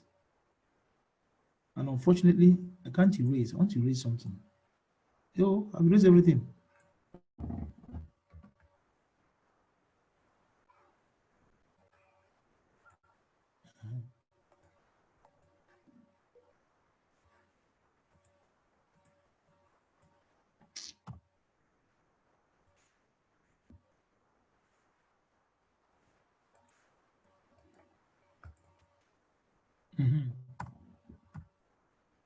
Thank you.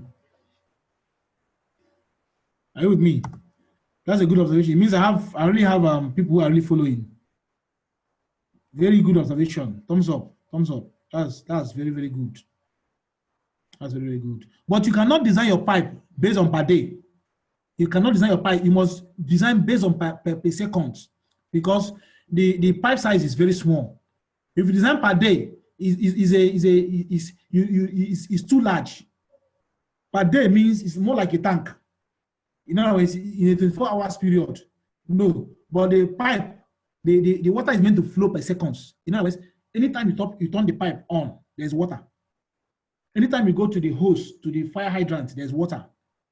Anytime you go to wash your car, there's water. So it means there is a constant water flow. So the lowest limit unit is liters per seconds. And our chart is also calibrated in liters per second. So if you look under here, you see that that chart is in liters per seconds. Under here, look at it. Can you see it? This is liter per seconds. Have we opened it? If you know you've opened it, please say yes.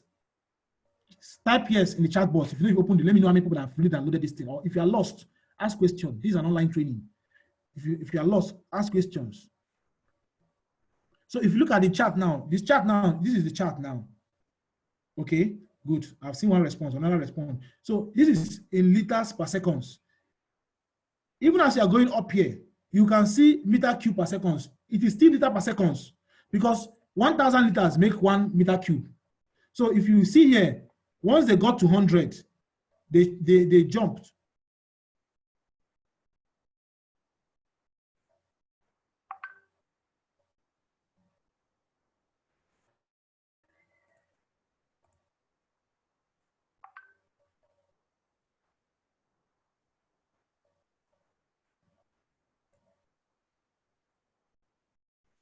So you can see it here. So here is 1,000. So instead of writing 2,000, they just wrote 2. So this 2 still means 2,000 liters per second. But they just wrote 2, meaning they have taken away the succeeding 3 zeros. So with that, you can agree with me that it's still the same thing. Okay, can you share the chart on your screen? I have shared it. Go back, Gimba, go back to the link that I shared. Okay, if you go back to the link, that chart is the first one.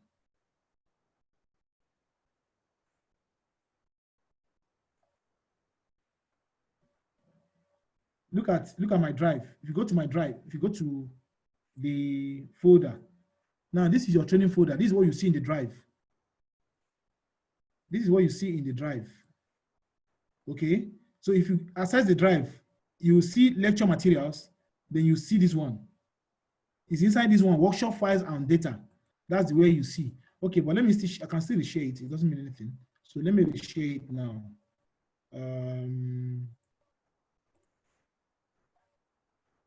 Is under here. Look at it. Okay, so I say share. Okay. Done.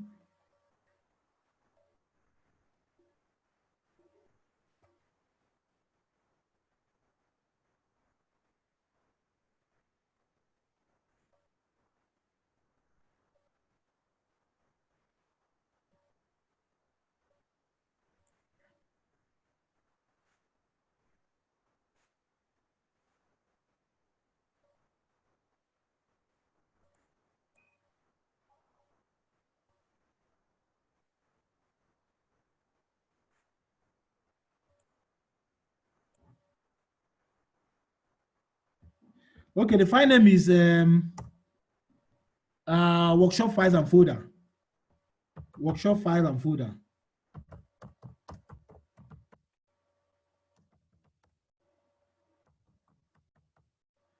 The one is for lecture. Those lectures, as I said, is your own take home read.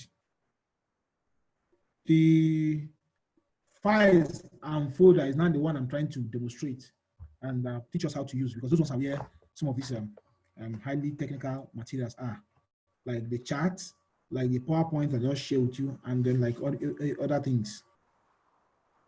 Okay, please, I want to encourage us. We're going to do a small exercise now. Then those that have not effected their payment, you please do same, and then try as much as possible. And after this training, download all the material, create a folder. I'm still going to leave it there on the cloud, but as I've taught us how to use cloud, those who came late, please, if you're an engineer, you've not started using cloud to back up your files, your folders, start doing it now. Before we started, I told us about 15 gig. That everybody that has Gmail, you have access to 15 gig free. Maybe after the class, I'll demonstrate it again. So that's because it hurts me when people have information like this and you don't save it in a safe place. Because you might not use this in the next 1 year. You might not even use it in the next 1 month. But one day, someday, you'll be in a place where they'll ask you to design a water reticulation, or where someone has designed something, he makes mistakes, he doesn't get it well. With this training, with this content, you can now correct that person and then put him right. Very, very important, gentlemen and ladies. Now, back to what we're doing. So you can see how I was able to design for 1,000 houses. Design for what? 100 houses. Why? Because I was able to get the value for one house. So in my estate now, if there are 200 houses and they say I should do the water reticulation, if I want to get the pipe size that will enter the gate, the main one that will enter the gate before I start entering the street, all I need to do is to calculate the number of houses in this, to know the value for one house, multiply by number of houses in the estate. That becomes this, and now use my chart. That will give me the size of the pipe that will come into the main gate. Now, when it comes to the main gate, there are about 10 streets in my estate. There are about 10 streets in my estate. So it means all the streets, I will now count how many houses are in a street. So assuming there are 1,000 houses in the whole estate, then 100 houses per street. It means the pipe size that will go in per street will be equivalent of 2.3 liters per second. But the value of the pipe that will come into the estate, in other words, servicing 1,000 houses, will be 23. Does it make sense? Let me demonstrate again with a whiteboard. Let me demonstrate again with a whiteboard. I don't know whether they save whiteboard. I will have saved this one. But if they don't save whiteboard, let me clear it then. Okay, clear all drawing. So now, gentlemen, look at what I'm saying now. Let's assume there's a house here now, and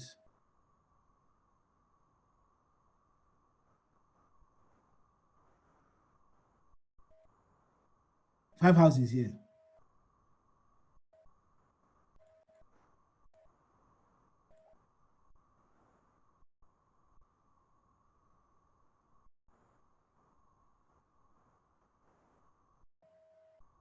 Ten.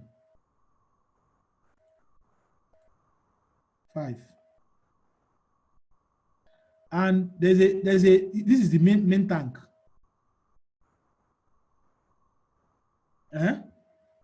Now, watch me now, gentlemen. This pipe,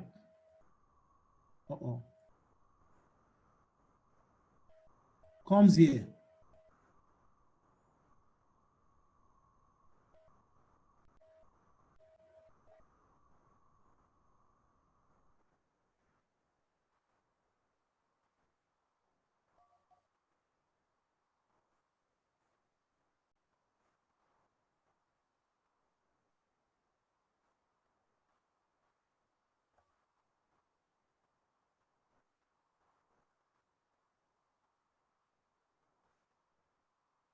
Hold on, just stay with me. You understand what I'm saying? You understand what I'm doing now. Now, what am I saying, gentlemen? If the value of this pipe coming here must be equal to the addition of all these ones. So in other words, if this pipe now is 150 mm,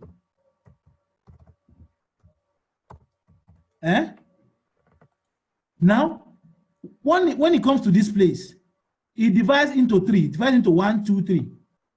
Don't be surprised that this one might be around 100 mm. This one might be another 100 mm. This one might be another 100 mm. But when it comes to this plate, it might be around 75 mm.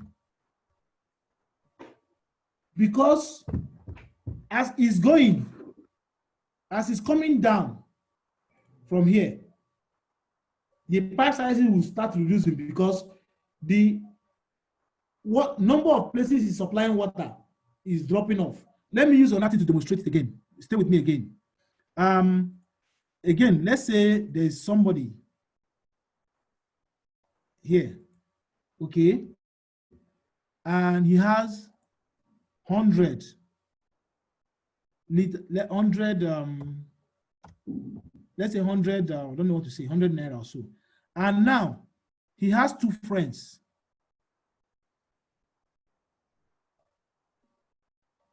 whom you want to share this money with.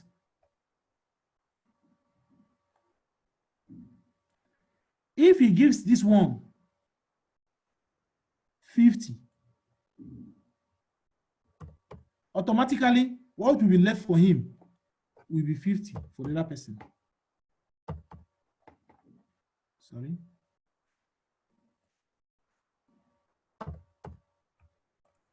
Then if this one now decided to give birth to maybe have additional 3 friends,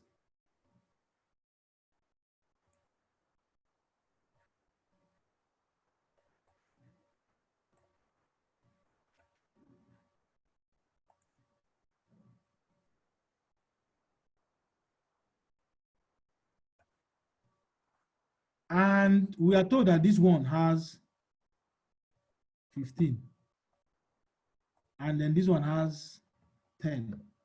Automatically, this one must have 25.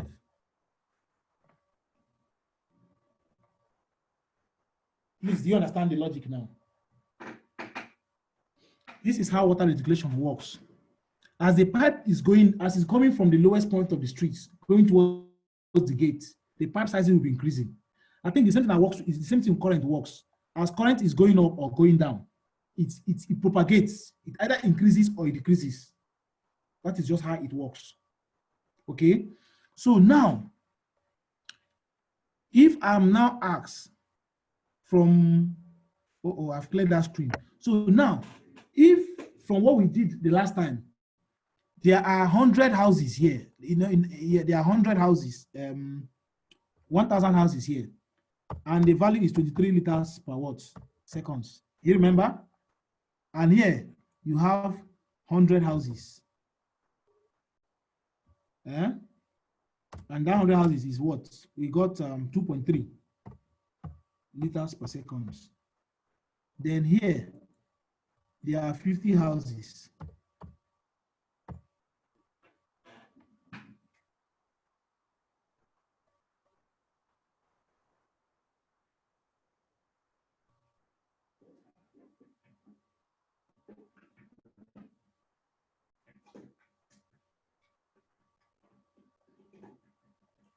Okay, and here there are 50 houses.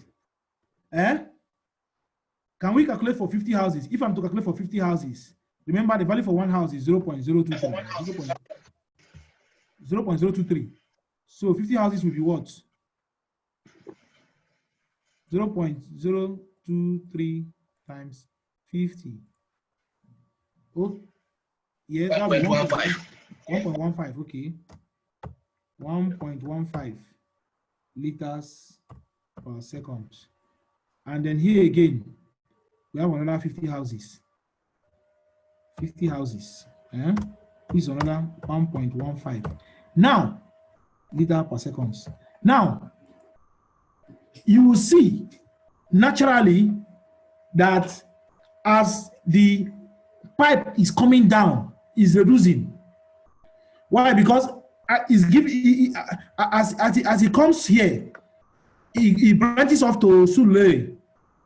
The pipe going to Sulere will be 100 liters. It has reduced the population of Lagos now. It has taken off something, and then this one is going to Keja. The one that is remaining that is going to VI will be smaller. So that's what we're going to demonstrate now. So now, these are the mains, and this is the tank delivering this water to them. So now, for these mains now, for this one now, there is 1,000 houses, or let me be more functional. Let me be more reasonable, because I'm not reasonable here, gentlemen. Just hold on. Let me be more reasonable. This one should be 150, okay? And this one should be 200, so it can make sense. Are you with me, gentlemen? It's making sense now. It's making sense now. So now, back to what we are doing. So if you're not giving it to just design this place, you start from either you start from the lowest naturally, or this one that is tangential. I can start with this one. So this 23 now, there is liters per seconds. All I need to do now is to know which type of pipe am I using. I've given us the value for the pipe. You can write it down. Is in your material, sorry, is in your lecture notes. The code and standard is there. If I'm using PVC pipe or MPVC, the roughness factor, the Manning's N, the Manning's N, tomorrow you hear that one from EPANET, or that's a Weisbach, or Hezin Williams, is 0.1. Do you know what this 0.1 means? 0.1 meter. It means for every meter of water movement, the pipe has a friction of 0.1. So that is losses. You know, in a water reticulation system, there are 3 losses. Losses due to head, losses due to pipe, and then losses due to velocity. Remember our fluid mechanics. There are 3 of them. The H, the losses. If I'm pumping water from 0 to 100, I need to overcome a 100-meter head. That means I need to buy a pump. My pump must be a pump that has a head of 100 meters. But that is not all. If you use that one, that water will not pump. You also need to factor in losses due to the pipe. That pipe that you're using, has a frictional factor, what we call frictional factor. In other words, you might end up needing 110 because 10 is the losses you suffer in the pipe. And then the third one is momentum loss. Any moving water has momentum as it's moving. Let me not boss, but there's this formula. Total loss is equal to H plus mg square over V plus HF. Something like that in fluid mechanics. We did that. I can't remember. But there are losses in a system, in a fluid system. It can be water, it can be gas, it can be oil. Losses comes in three forms. The losses, when I'm talking about losses now, is when you are using a pump, you want to buy a pump. You must first of all check the vertical distance, the vertical height difference. You keep it. You now use the roughness factor of the pipe or of the material that's conveying the fluid. There's a losses incurred. You put it. You now use momentum equation. But most times we just make assumption in all these things. If you give me and tell me that you dug a borehole and the borehole is 100 meters, okay? If I want to buy a pump, I'll buy a pump that can deliver water at 150. Don't call me stupid or think I don't know what I'm doing. Because if I buy 100, that water will not flow. Because there's pipe roughness, there's losses in the pipe. And then if the pipe is traveling a distance of, say, 500 meters, you need to calculate the losses in that horizontal movement because it is also your pump that will be pushing water along that 500 meters. So there's also a losses. Then the momentum, the movement of the fluid hitting itself as it's turned inside the pipe, it also has some level of friction based on Euler's equation. No, not Euler. Is it Colebrook's? Oh, no, Reynolds number. Thank you. Based on Reynolds, there's also a movement in that fluid. There's also retarding flow. So I want you to take this into consideration as engineers. It's very, very important. I've fallen victim of it. When borehole will drill and tell you that there is 25 meters, you go and buy 0.75 horsepower. It will not flow. You have to look for something 1 horsepower or 1.2, something higher. You must give a buffer that will take into consideration the other two losses. Good. So let's move forward. So now, if you have gotten if you open your chart, I want you to open your chart. Open the chart, the nomograph of 0.1. Nomograph of 0.1. The one that has 0.1. This is mine. Have you opened yours? So we're going to design the biggest pipe now. And that biggest pipe is 23 liters per second. 23 liters per second. I'm going to assume a slope of, let me assume a slope of 1%, which is too steep anyway. A slope of 1% means for every 100 meters, you lose 1 meter. Are you getting me? Can I emphasize, should I describe, talk about slope? Slope is vertical over horizontal. Slope is, if in a field, let me use field events. If you want to measure the slope between 2 points, let your surveyor take a value here, take a value there, subtract the two values and divide it by the horizontal distance. That will give you the slope. Remember our Pythagoras. I don't know if I should demonstrate this. I have a feeling that I should demonstrate this. Let me share my whiteboard again.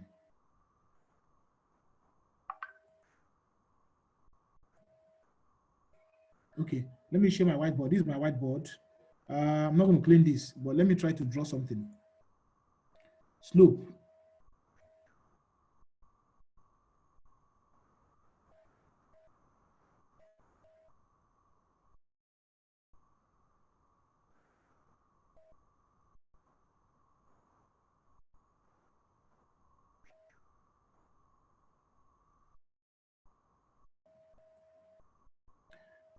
This is Y. This is X. Your slope is simply, this is A. Sorry. A. This is B. And this is C. So if you're talking about slope now, slope, your slope is now y over x. So this is your pipe. What you have here now is your pipe. This is your pipe. So if you want to get the slope, what is the elevation here minus the elevation here divided by BC? You know, BC is x. A is the elevation of A. B is the elevation of B. So if you say A minus B, which is of course y over x, that becomes your slope. Assuming I'm walking now between my house and my gate, if I want to get the slope, all I need to do is what is the horizontal distance between my house and my gate, and then what is the spot height or the elevation, the z value of A of the gate and my house.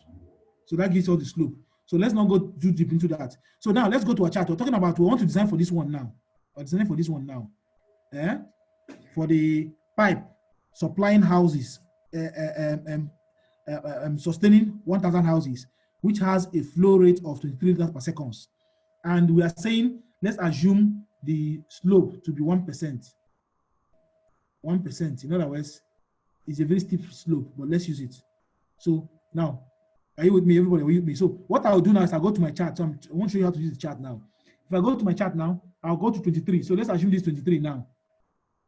23, and I'm using a slope of, I say 1%, but let's say, okay, 1 per mil. Let's say, I'll still come to that. So let's say this is 1 now.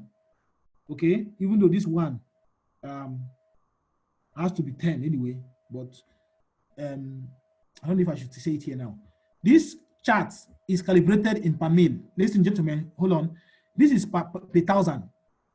When you see 0 over 00, it means per 1,000. Either you call it per 1,000 or you call it per mil.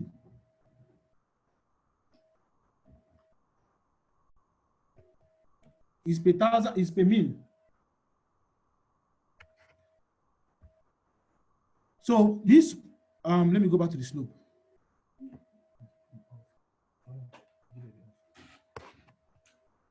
So now you go back to, this is, are you seeing, if you're able to see me, this is per 20, let's say, assume it's 23 now. I'll read 23 against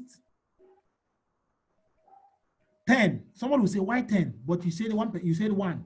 That 1 is in percentage, but this chart is in per 1,000. Or in a very simplest term, if you're using my chart, or this chart was given to me in Germany by my lecturer. The chart name is Colobrooks. You can Google it. Kaman Prado Colobrooks chart. It's an international chart used everywhere. That is this Pradil should be an Indian. Colobrooks as American. Kaman, I don't know where it's from, but you can Google it if you have the time. Me, I don't have the time. I'm interested in the results. So now, this one that I use, you will say, but they say 1% slope. Why are you using 10? It is because this chart is calibrated in per mil. Per mil means per 1,000. You know, there's something we do as engineers. When somebody say per hectare means per 10,000. When somebody gives you a value and there's no unit, good. All you need to do is multiply that value by 10. If somebody says you the slope of the area is 0.5, if you're using this chart, you read it against 5. So whatever value they give you, if you're using this chart, multiply by 10, because this chart is is calibrated in per 1,000. That's why you see 0 over 00. Percentage means 0 over 0. Percentage means 0 over 0, but per 1,000 means 0 over. That's why sometimes if you go to the hospital, they are doing you lab tests. They will tell you 1, like malaria drug test. They will say 1 per 100 mil or per 1,000 mil. What they are telling you that the sample they took is 100, and they are looking at the presence of microorganism in per mil, not in your whole body. The test is not being done in all of your body. Is the value they've taken. If they want to take your blood, you know, they will take it in per mil. They don't go take a pint of blood. Even that blood I've taken, if they dilute it in 1,000 liters, in 1 liter, they will not tell you that they saw 3 units or 10 units per 1,000 mil. That's for medical thing. But I want to tell us why this thing is in per mil, so that you take note that these things have been upscaled by a factor of 10. It has been upscaled by a factor of 10. So let's go, gentlemen. So now, follow me. Now, this is my 23. I will now read my 23 against 10. But for now, for the purpose of being able to see it clearly, let me read it against 1. In other words, my slope now becomes 0.1%. My slope is now 0.1%, no more 1%. So let's use a slope of 1% so that I can see it very clearly. You can see it clearly. So I'm using a slope, a standard slope now of 0.1%. Meaning if I come to this chart, I will do it against 1 because 0.1 times 10 will give me 1. So here, I will now come here, I will read 23 against 0.1. The value is around somewhere here. So I'm lucky. It's giving me exactly 250. So this line is touching this line. It's touching this line. 23 is somewhere here against 10. It's like this thing only works in the whiteboard. It works only in the whiteboard. It doesn't work outside the whiteboard. So this is it. So please bear with me.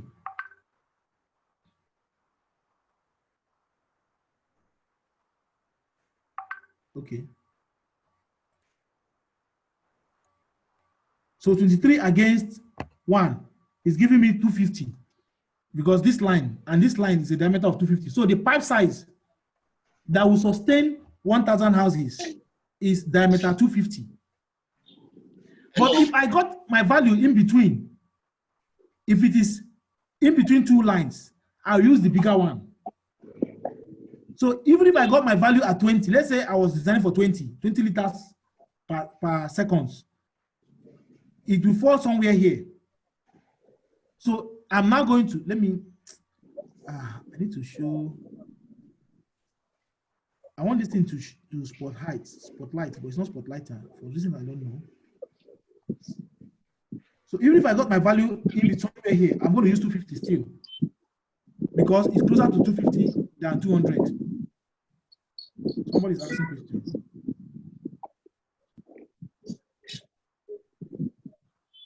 Okay. Charts. Okay.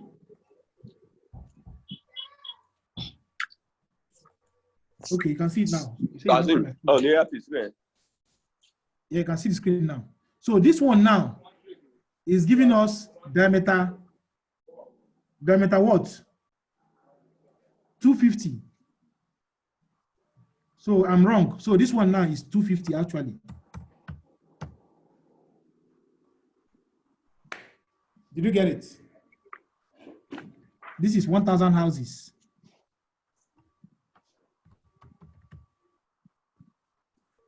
Any question? So how about 2.3? For the one for 2.3, I will now come here. Look at my 2.3 here. 2.3 against 1% is giving us diameter 125. Look at it, 1% here.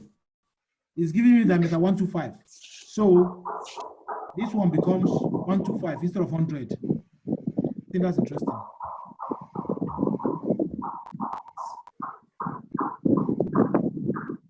Hello, Engineer Bishop. I can hear you, sir. Ask your question, sir. Yes. I want to believe that this source here is where you have your tank, the red love sign. Yes. Is where you have your tank. And yes. It's connected, you have connected with a 200 millimeter diameter pipe. So is sorry, it sir, possible? this is wrong. This is wrong.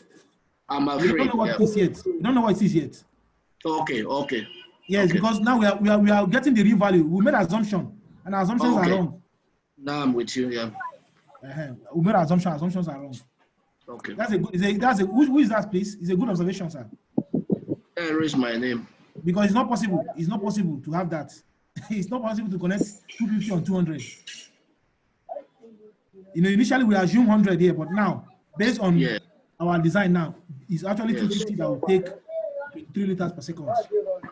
Okay. And that's equivalent of 1,000 houses on 100 liters per person per day, and safety factor of 2, and 10 persons per house. Now, all this value I'm giving you is because the place has been designed. If the place has not been designed, you're going to use land use. In other words, in an area, 1 hectare, how many people do you expect to be live in 1 hectare? Is it 500 people? Is it 600 people? You can use that. So any pipe that is going to an area that is 1 hectare, we know that for 500 people. If it's not going to 10 hectares, it's simply 10 times 5. That becomes 5,000 people. Very simple. Okay, any other question? So now, let's design for 1.15. For 1.15, what's the pipe size? So the pipe size is somewhere close to here. And that will be this pipe, this line. So what is this line? This line is diameter 80, sorry. Diameter 80. Yeah.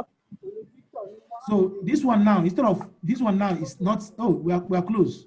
We are almost close. So this will be diameter 80 mm. Do I need to design this one? No, I don't need to design this one. Uh-oh.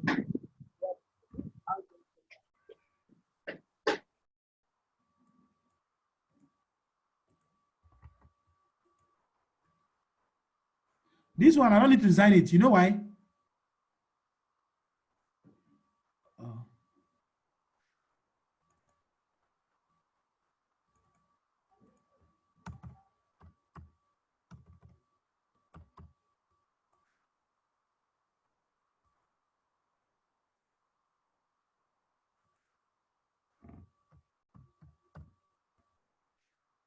Okay, now, are we good to go?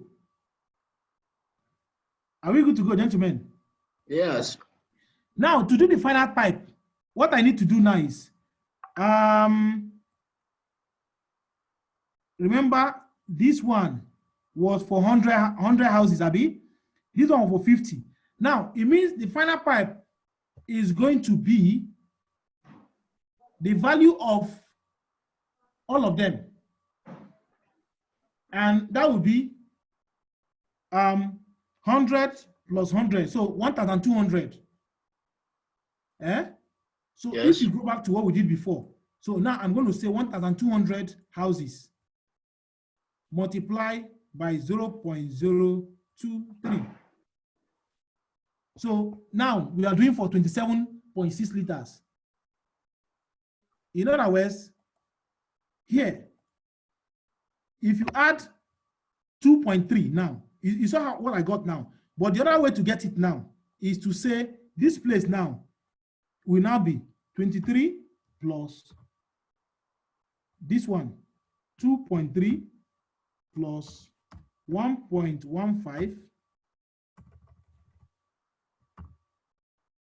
1.15 plus 1.15, and that will give you 27.6.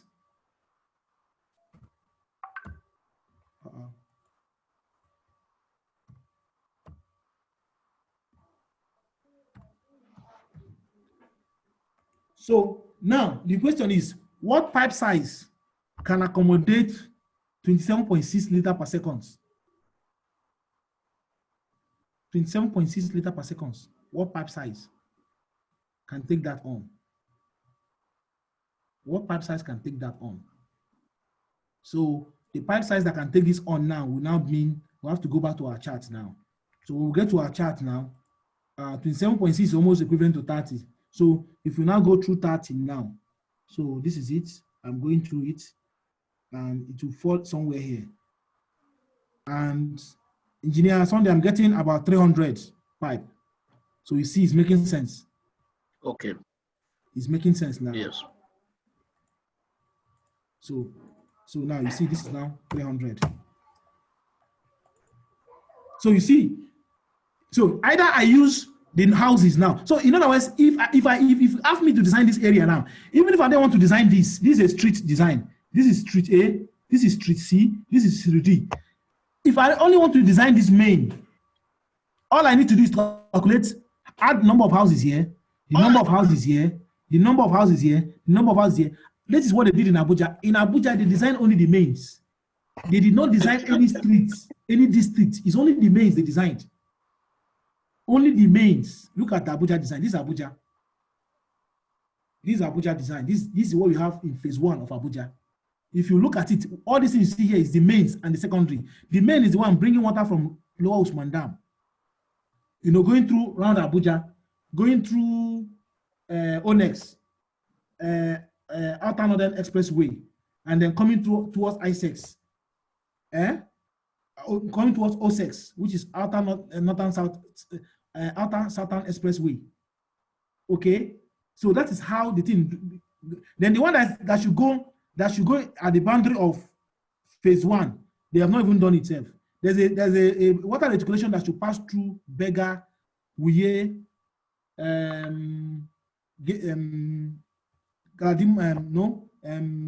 Durumi, Durumi, and ending at Apo. This blue line is going towards Apo village, Apo Mechanic village. Then from Apo Mechanic village is going towards Wasa. That's another day. Yeah, but I can give you this, you can study it, but for you to understand that in most water reticulation, you design the mains, because if you get the mains right, everything will fall into place. You don't need to start designing Oro Shoki Road, Ilanapaja Road, CMS Road. No. If you can get the one coming to Ikeja right, all the streets in Ikeja are good to go.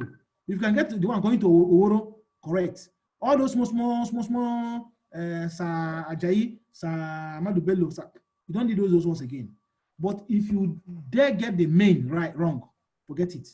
Just like you corrected me.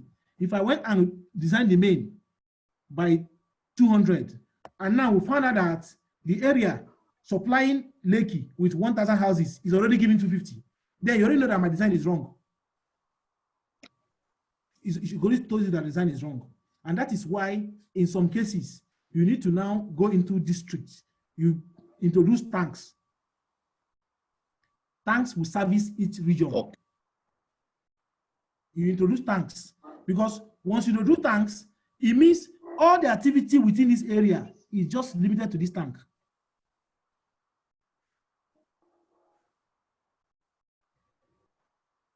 It means once this water from a 1,500 mm diameter gives water to tank 3, this is tank 3. It means tank 3 is just servicing this area. So all what you see here is the mains going to the tank, the main coming out of the tank, and then gets to this junction, and then turns to the primary. It turns to the primary. In other words, you can also call this one the transmission pipe going to the tank. Then from the tanks, the primary comes out. Then from this primary now, the secondary goes from this primary to supply the streets. Then the tertiary goes from the streets to supply your house. So that's why you're not seeing any house here. This thing looks small, but this is huge, gentlemen. This is about this is about Jahi, Maitama.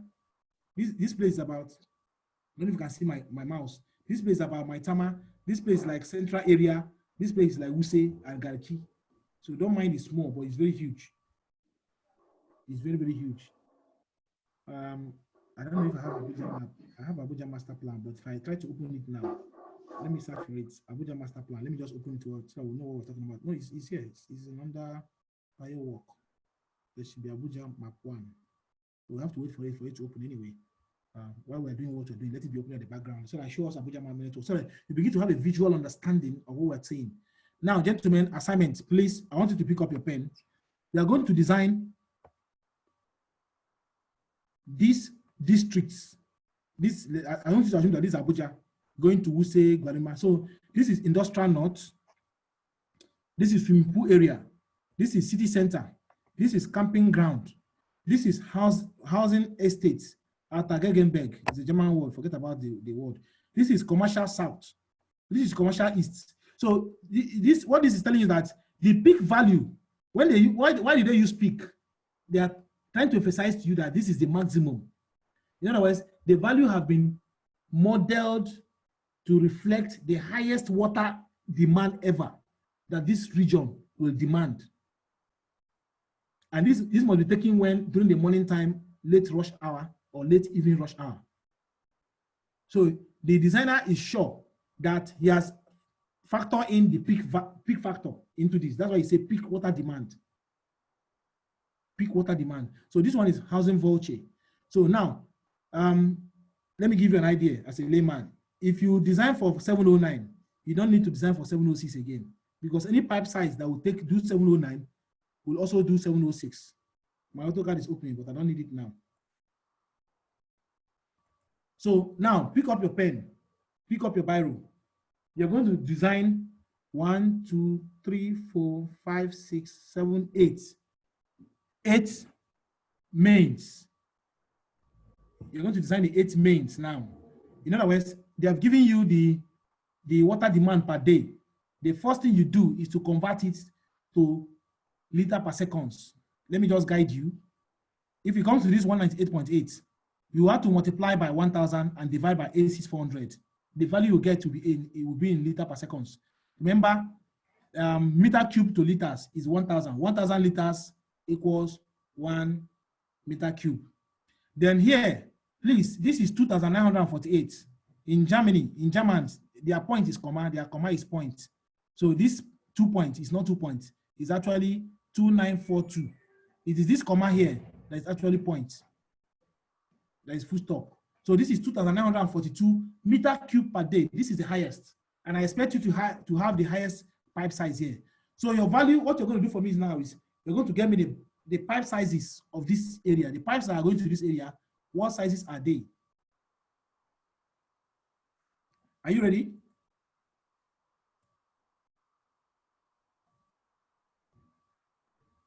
Hello, you can unmute yourself, please. This is free time now. Everybody unmute. Okay, let me unmute everybody.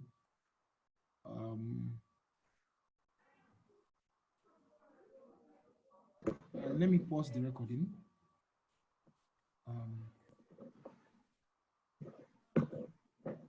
Oh, some people are trying to record and they don't have permission. Please, you can record now. Okay, after now, I didn't see the permission on time and nobody alerted me. I've given permission for you to record, even though I will still record it and put it on YouTube. So let me pause the recording. Okay. So you need 4 variables. You need the pipe variables and you need the junction or elevation variables. Now, you must know the pipe of the length of the pipe. You must know the diameter of the pipe. Then you must know the demand at every node. Let me assume that the water is coming to Wuse. Now, let me ask this question. I don't know how many of us are familiar with Abuja, but let me use your estate. If the water enters from the gate, it will enter Mr. A, Street A, and Street B. Now, at the entrance of Street A, in a perfect sense, there should be a meter there, a water port meter there, that will take note of all the people along that street. All the water they are consuming will be, that water meter will be reading it. So if somebody goes and tap water, or there's losses somewhere, or they refuse to pay the whole street, if you just come there as a water board person, you just lock the place. Nobody will see water in that street. So in that street, that's where you impute the total amount of water that the people living in that street requires. If there are 100 houses along that street, you multiply the value of one house times 100. So in your design, that's the value you put in that junction. Then you also have to know the elevation at that point. The elevation at that point will help you to know the pressure at which you are distributing water to those people. That is why, because the pressure is simply the pressure at that point minus the pressure at the tank giving that water. That's all. If you can get the pressure at that point, and then you subtract it, that will give the pressure. Then even the velocity, the slope at that point too, is simply the slope from the storage tank. The elevation of the storage tank minus the elevation of that point, divided by the horizontal distance between that storage tank and the elevation. That will give us also the slope. So that's why you need the variable at that junction. Then for the pipe, the length of the pipe is a function of the losses of the pipe. Is also a function of the slope, and the effect of the roughness on the delivery of water at that point. Then the diameter of the pipe, that's the big man. If you size your pipe wrongly, you make a colossal mistake, a mistake that you cannot correct. One good thing about water reticulation and one bad thing about it is that the bad thing is that once you lay your pipe inside the ground, forget about recovery. If you make mistake, I don't see where they say they recover pipe. They say, okay, excavate all the pipes. I hardly see it because in the process of excavating it, you lose it. So it's better you over design. And that's why in water reticulation, we encourage over designing. That's why your water demand must be 200%. 200% of the assumed value. In other words, you need to use a safety factor of at least close to 2. Of course, not less than 1.3. So that on no account, so that even in 20 years' time, if something happens and there's population explosion, your design will still work before they start setting up a new water scheme. Because once the lifespan of the design has been reached, those new developmental areas should have an entirely different water scheme, just like they have in Mina. I think in Kaduna, I don't know what they have in Kaduna, Gimba, but I know it should be something close to that in Kaduna. When you have a new layout, a new area, you just let go the old area and just develop an entirely new scheme. You don't go start reinforcing it, the old area, because the pipe sizing might not have captured the new development areas. So this is what you need. So going back to what we are doing here, if you look at this thing now, if you come here now, you calculate the value of all these pipes here now. What are they giving you? So I want you to pick your pen and you pick your biro. In the next 10 minutes now, we're going to dismiss very soon. We're shooting by 19 minutes, but that's because of people who didn't join us on time. So for today, let's overshoot a little bit so that they can catch up. Now, we're doing this design now. I'm going to capture everything we've talked about today. Now, I want you to look at node 6 to 13. That's where you stop. You start from the lowest point and then work your way upwards. But in Siwa design, you start from this point and work your way downwards. So it's two different things. In Siwa design, you start from the highest, you start and then go down. But in this case, you're going to walk up. So in street 6 to 13, can you count how many houses that are there? There are about 25 houses. 1, 2, 3, 4, 5. I've done this training several, so I know. So if there are 25 houses, so what we now do is, hold on, I want to go to my whiteboard. Okay. Share screen, whiteboard, go here. So,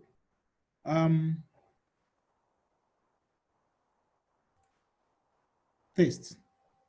Now, everyone stay with me. In street 6 to 13, okay, let's say value for one house is equal to 0.023. That's what we got, right? So, what is the discharge? What is the discharge for the people? Because what we want to do, what we are doing now is not just the mains. We are doing even this, we are doing the secondary. The mains is the one coming from the storage tank to node 1. The mains is the one coming from here to here. That's my mains, my primary. Everything now here is secondary pipe.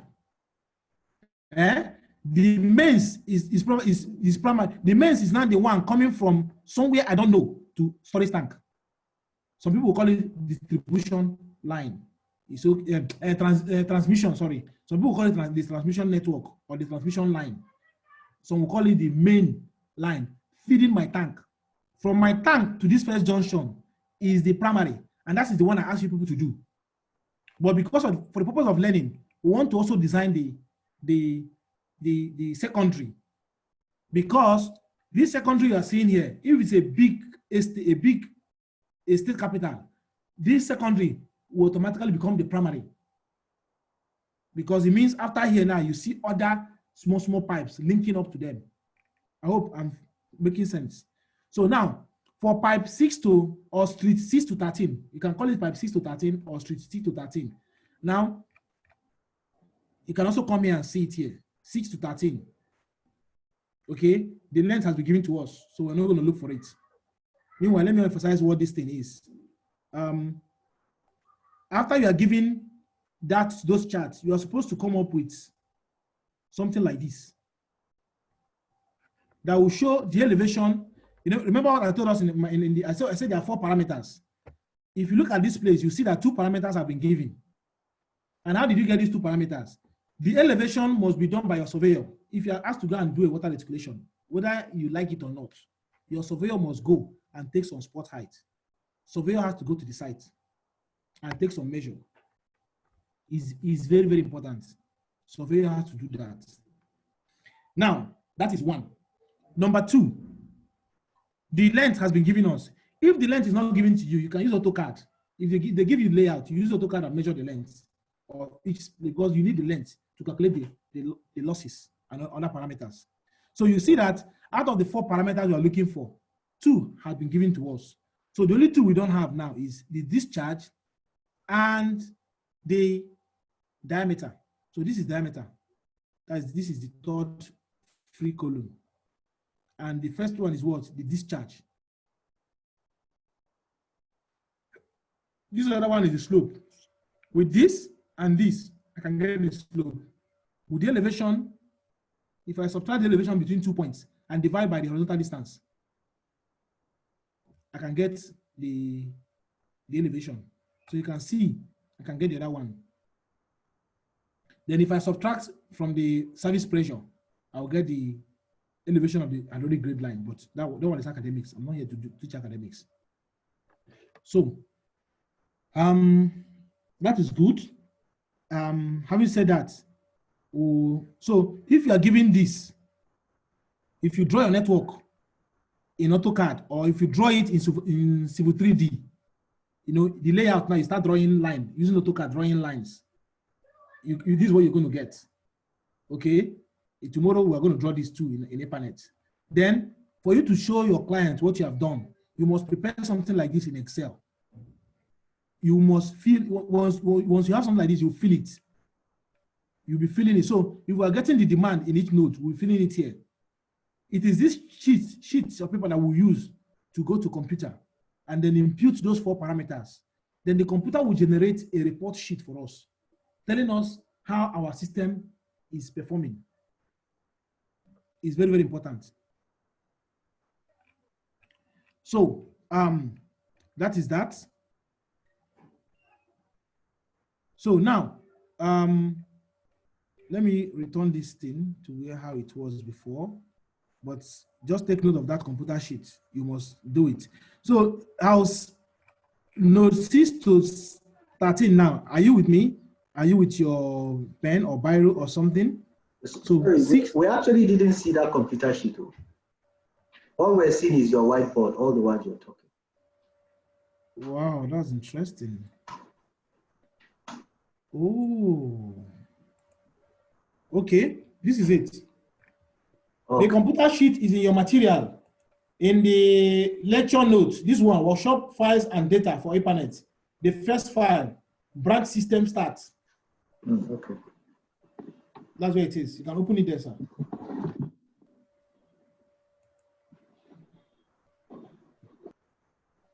I know you can see it now. So let's start. So please, I want you to pay close attention to what I'm teaching now. It's very, very important. This is one of the highlights of this training. Many people don't know how to do this. And that is the main thing about water reticulation. If you read my test, if you read my materials, you're going to grasp everything. But this is if somebody didn't teach you this, you cannot grasp it. Just difficult to grasp. How do you calculate so that your pipe will be increasing until you get to reservoir? I mean, how do you do that? It is through this. And the good thing is that it's pure engineering. Okay, let me close this WhatsApp. I think it's disturbing us. Okay, so now, let me go to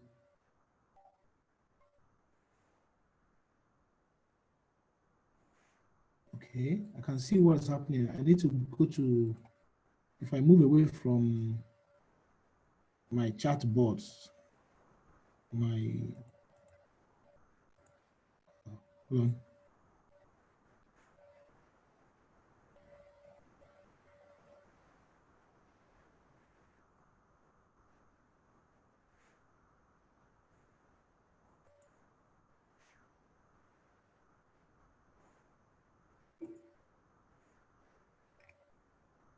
Okay, I'm trying to access my whiteboard. It has gone off. Too bad. Okay, it's there. It's there. Okay. So now, okay, so for 6 to 13, there are 25 houses. 25 houses now. So in these 25 houses now, I will simply say 25 times 0.023. That becomes what?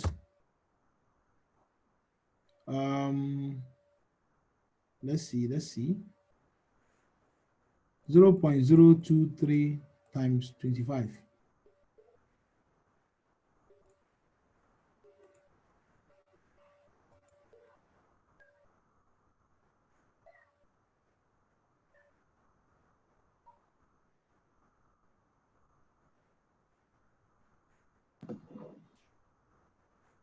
Zero point 0.575. 0.57.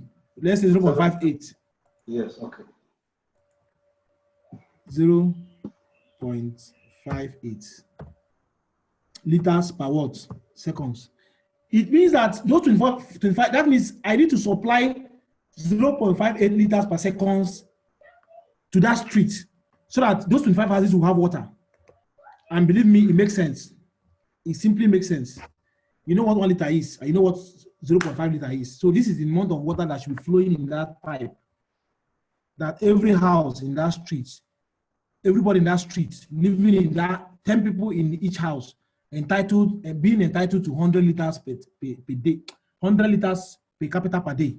That is it.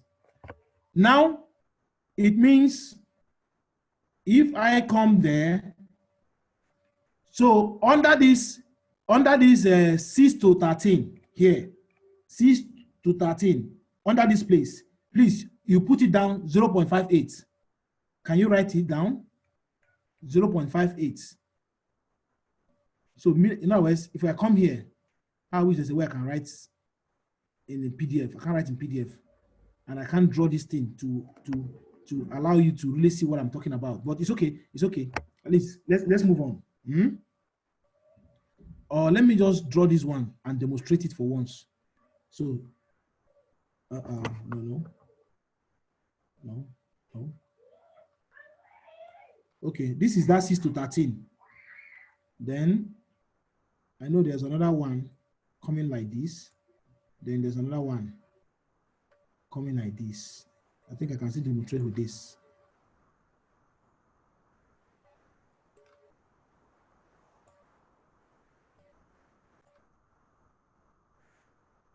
So, so this place, no. This place is 6.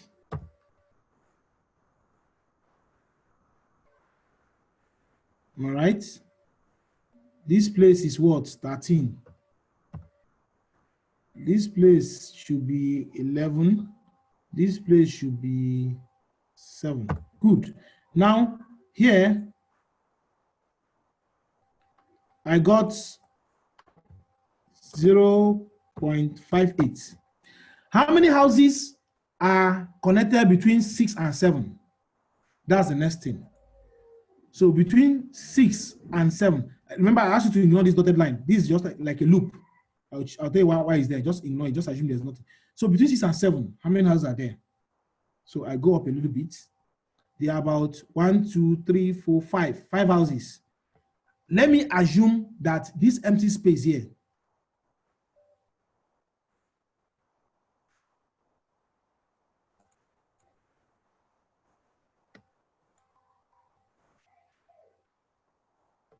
So let me assume that these empty spaces here now are empty lands that will be built in the future. That's what we talk about future development, remember. So let's assume there are 10 houses. Now, there are not, I can't see 10 houses, but as a designer, I'm assuming that these property developers have not developed their property. It's okay. So let's assume there are 10 houses. So it means between 6 and 7, there are 10 houses. Yeah. It means there are 10 houses between 6 and 7. Just stay with me. So there are 10 houses. So in other words,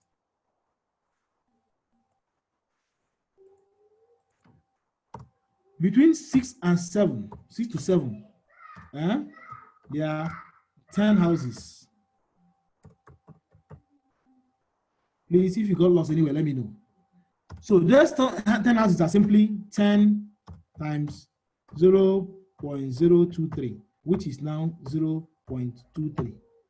I am not going to write 0.23 on number 6. No, rather, node 6 now, the value of node 6 now will become 0.23 plus the node that is giving water out, 0.58. And does it make sense? Now, let me explain to us. Let me explain the layman language. If you have 2 children and you give one 15 naira and the other one 25 naira, how much do you have? You, the father, owns 75 naira. That's just it. Now, if your first child, whom you have given 15 naira, now gave birth to 3 children and gave one 20 naira, and that means the other remaining 2, if he wants to be fair, he will give them 15 naira. So when I now come to your son, if somebody looking at him, if you want to know how much he has, okay, let's say no, and let's say you as the father, you have 2 children, you gave one 50, and you give the other one 75 naira, and you have 25 naira change to give to your relatives, your in-laws. The total amount of money you own is 50 plus 75 plus 25. So if somebody now comes and say, what is the worth of your 2 children? I will say it's 75 naira. But what is my real actual worth? It is 100 because I still have 25 in my pocket that I'm not giving out. This is how water reticulation works. There's what we call base demand. If you come to a node, there's what we call what is the base demand of this node? It could be 20. But because there's another node attached to him who has a demand of 50, while the base demand of this man is 10, is 20. But because he's giving out to somebody 50, his total demand is now 70.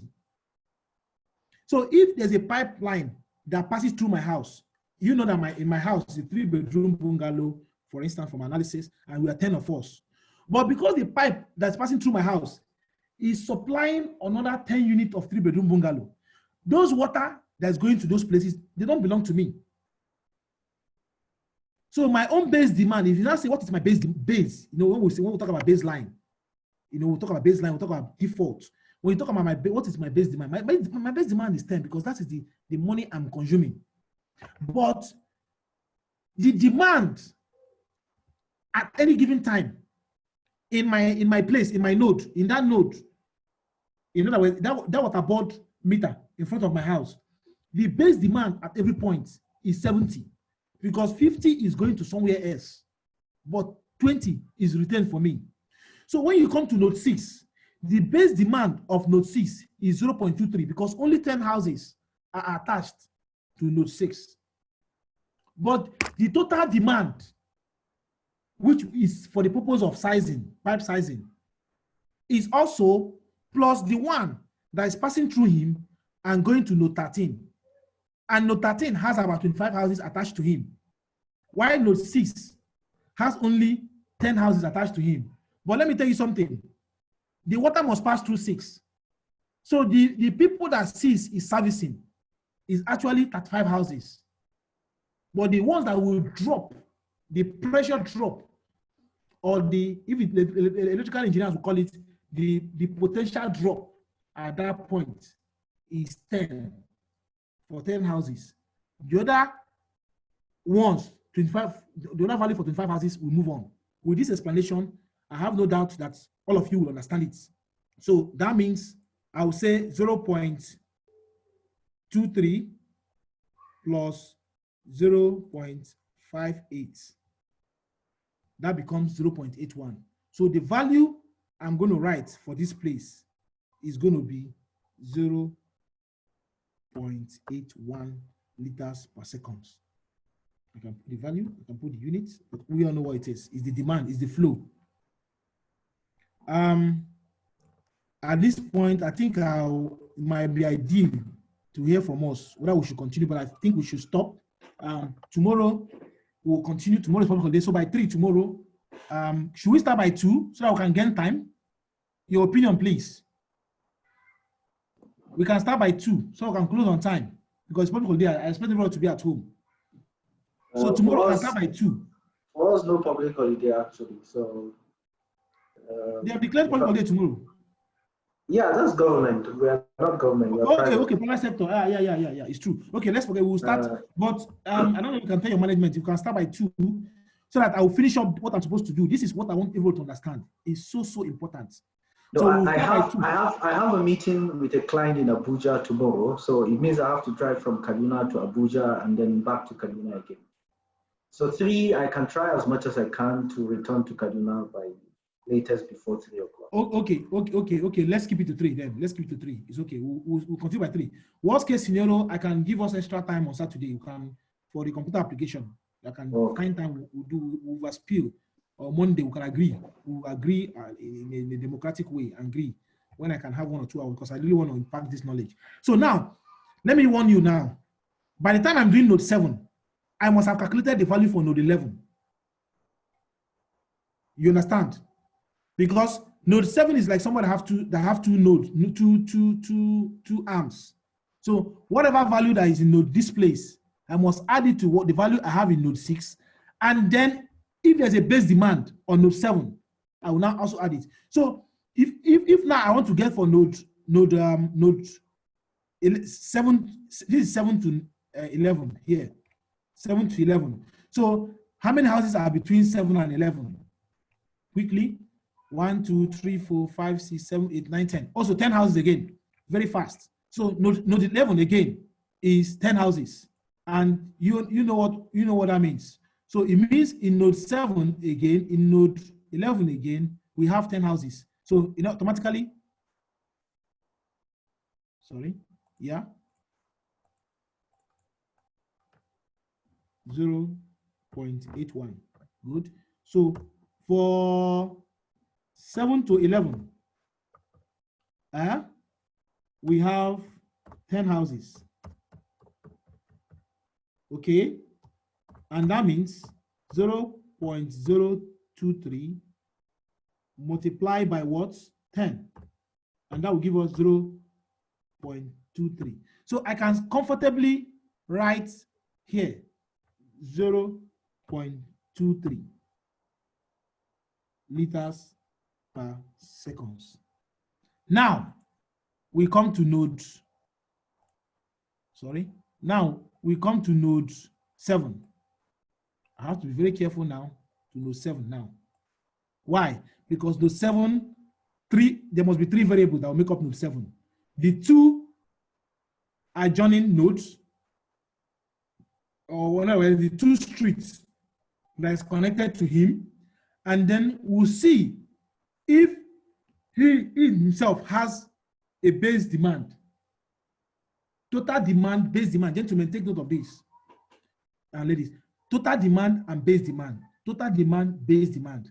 Base demand is like a baseline. It's like the people is feeding directly. Total demand is now the people is feeding directly plus all the pipes that are interconnected with him, because he is the one who is servicing them. So the pipe must be sizable enough for him to deliver into smaller pipes. Get this. This line you see now, 7 to 8, must be adequate such that by the time 7 to 11 goes off, 7 to 6 goes off, it will be able to accommodate it. So now I've gotten number 11 to be 0.23, and we got number 6 to be 0.81. We can just add the two and say it is node 7. If there are no houses, or if node 7 does not have base demand. Now, does node 7 has base demand? It does. 1, 2, 3, 4. And if we decide to do times 2, that will be another 8. So in other words, we can come again and say that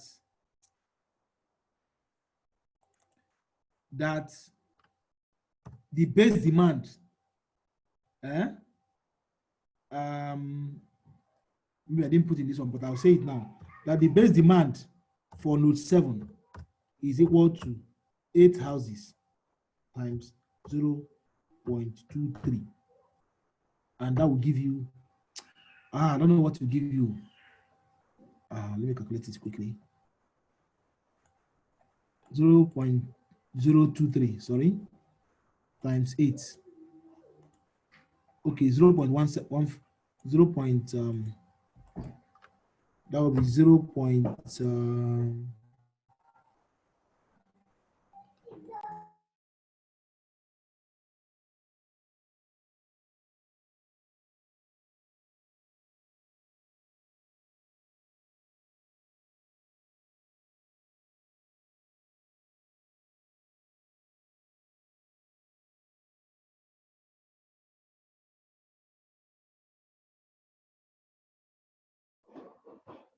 0.184.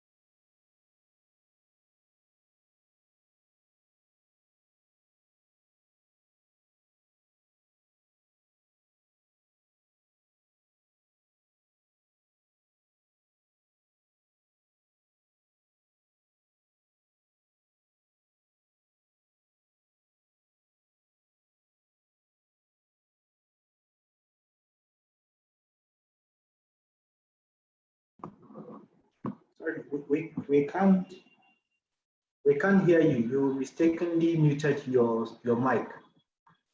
Forgive me. Okay, so look at it. Then plus the base demand of number 11, which is now 0.23. Did you see how the thing is? Does it make sense? I want us to understand, irrespective of any engineering field you come from, there's something you do in your engineering field that reflects this system of accumulation. And I enjoy that analogy I used. If there is a waterboard pipe passing through your house, your base demand is the one coming to your house. But that is not the demand at that node. The demand at that node is what is supplying downstream plus your own. And in the case of number 7, it is supplying on 2 ends downstream.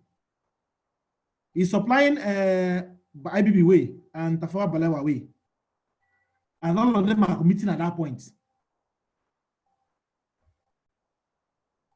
So now, I'm trying to use the calculator now. So that will give you 0.184 plus 0.23 plus 0.81. And that would be 1.22. Now, do you see the thing is increasing? And as it's increasing, if you remember what we did since today, that is how your pipe size is increasing. And that is how you get a professional design. If you don't do this, I've seen design where people use one pipe size in a district. And that is why this training. You say provide 200 mm, everywhere 200 mm. How about now? It's not like that now. It should at least be, it should make sense. It should be graded based on the population density, based on the area, the service area. I don't know if you get my point. The area that is going to a more dense area will have a bigger pipe. The area that's going to a smaller dense area will have a bigger pipe. Then the overall mains will now have the overall big pipe that will be able to accommodate all of them. So now let me demonstrate the other ones and then we'll go tomorrow. So if you want to do node, so now I've done node 7 now. To do node 8, you first have to do node 10. Hope you see my screen. I don't have to reshare it again. Let me reshare it again. For you to do node 8, we have done node 7. You have to go and do node 12, which is simple because there's no downstream. You have to go and do node 10. Then you add node 10 plus node 12 plus the base demand of node 9 to get node 9. Then when you add node 7 plus node 9, that's when you get node 8. Assuming 8 does not have base demand, which I doubt because the distance between 1 and 4. For you to get node 4, it means you have to add 3 variables. You have to add node 5 plus node 8 plus node 3, and then plus its own base demand, if there's any. When electrical engineer came for this training, he told me that this is what they call Kirchhoff's law in electrical, or Ohm's law, something like that. It's like a flow of current. The mechanical guys, I think, is fluid flow in fluid mechanics or thermodynamics. There's something like this, that AV equal to A1 V1 equal to A2 V2 equal to, so, or A total A1 plus V1 equal to A1 sub I plus, there's a formula like that, but I don't know, but it's just the same thing. So with this, you can now be aggregating upwards until you get to the final big variables. So any questions so far? You're gonna mute yourself. In the next 5 minutes, let's not overshoot too much. That will not be too good. No questions from me at the moment. Please, you have access to the whole materials. You have access to the whole materials, you have access to everything. I expect us to, I know it's difficult, it's not easy, but take out, I say 4 hours. For that 4 hours to read that material is maximum, but you can read it in 2 hours. Take out 2 hours and read those materials, and then put down your list of questions. It's a 2-day training, it's an online training. Your questions will really be answered, and that will give you more value for your money. So I expect tomorrow you find time, find 2 hours and read those 4 materials. That's all you need to read. You don't, there's no that thing to read. It's just for you to familiarize you. When I say 100 liters per person per day, how do I get it? When I say this, when I say that, when I use this term, when I use peak value, peak factor, I mean, if you're not a water person, you tend to be lost. You tend to be, it's as if you don't, you might feel some, but if you read it, it will bring you to speed with everything I have explained here. And on that note, I want to thank every one of us. Please, if you have any last comment, those that have not paid, I've not seen the alert, please. I'm expecting your alerts. I've sent the account detail. I can also put it on this screen, or I think we made it so cheap and very understandable. We made it very affordable for everybody. So I expect everyone to meet up with their financial obligations. Any question again? Please go to your chat. You see, if you've not gotten the, I know some people complain they didn't see the account number. Okay, I've sent it, sir. You are sending me, I've sent it. I've sent it, sir. Please, tomorrow, list at least minimum of 5 questions you ask. And then try to work on this network. Surprise me, someone should surprise me tomorrow. Let me see what you're able to do with the explanation I've given on working this network. If you can work on this network, the next thing you need to do is how to transplant this, how to model this in the computer.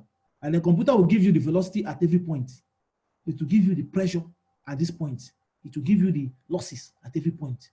It will give you a full-fledged report that when you present it to your clients will think you're the one that did it. You do know that it's garbage in, garbage what you see is what you get. In other words, what you put into the computer is what is giving you. So, but those 4 parameters I said, you must know them, you must develop them. No computer in the world will get them for you. No computer in the world will tell you the length of pipe. It's you that will measure the length of pipe. It's you that will measure, they will use your chart to measure the diameter of the pipe. And let me also say this. If you have any question anytime, my WhatsApp line is open 24/7. There's a WhatsApp group for all the people that have attended my trainings. It's an EPANET group. There's a WhatsApp group. We don't discuss things that are not relevant. So I'll give an indulgence after the training. I'll add us to that group. Believe me, nobody says anything that is not related to training, capacity building. That's the only thing that we try to emphasize on those platforms. So any last question? Any last question? Because I will be ending the recording now.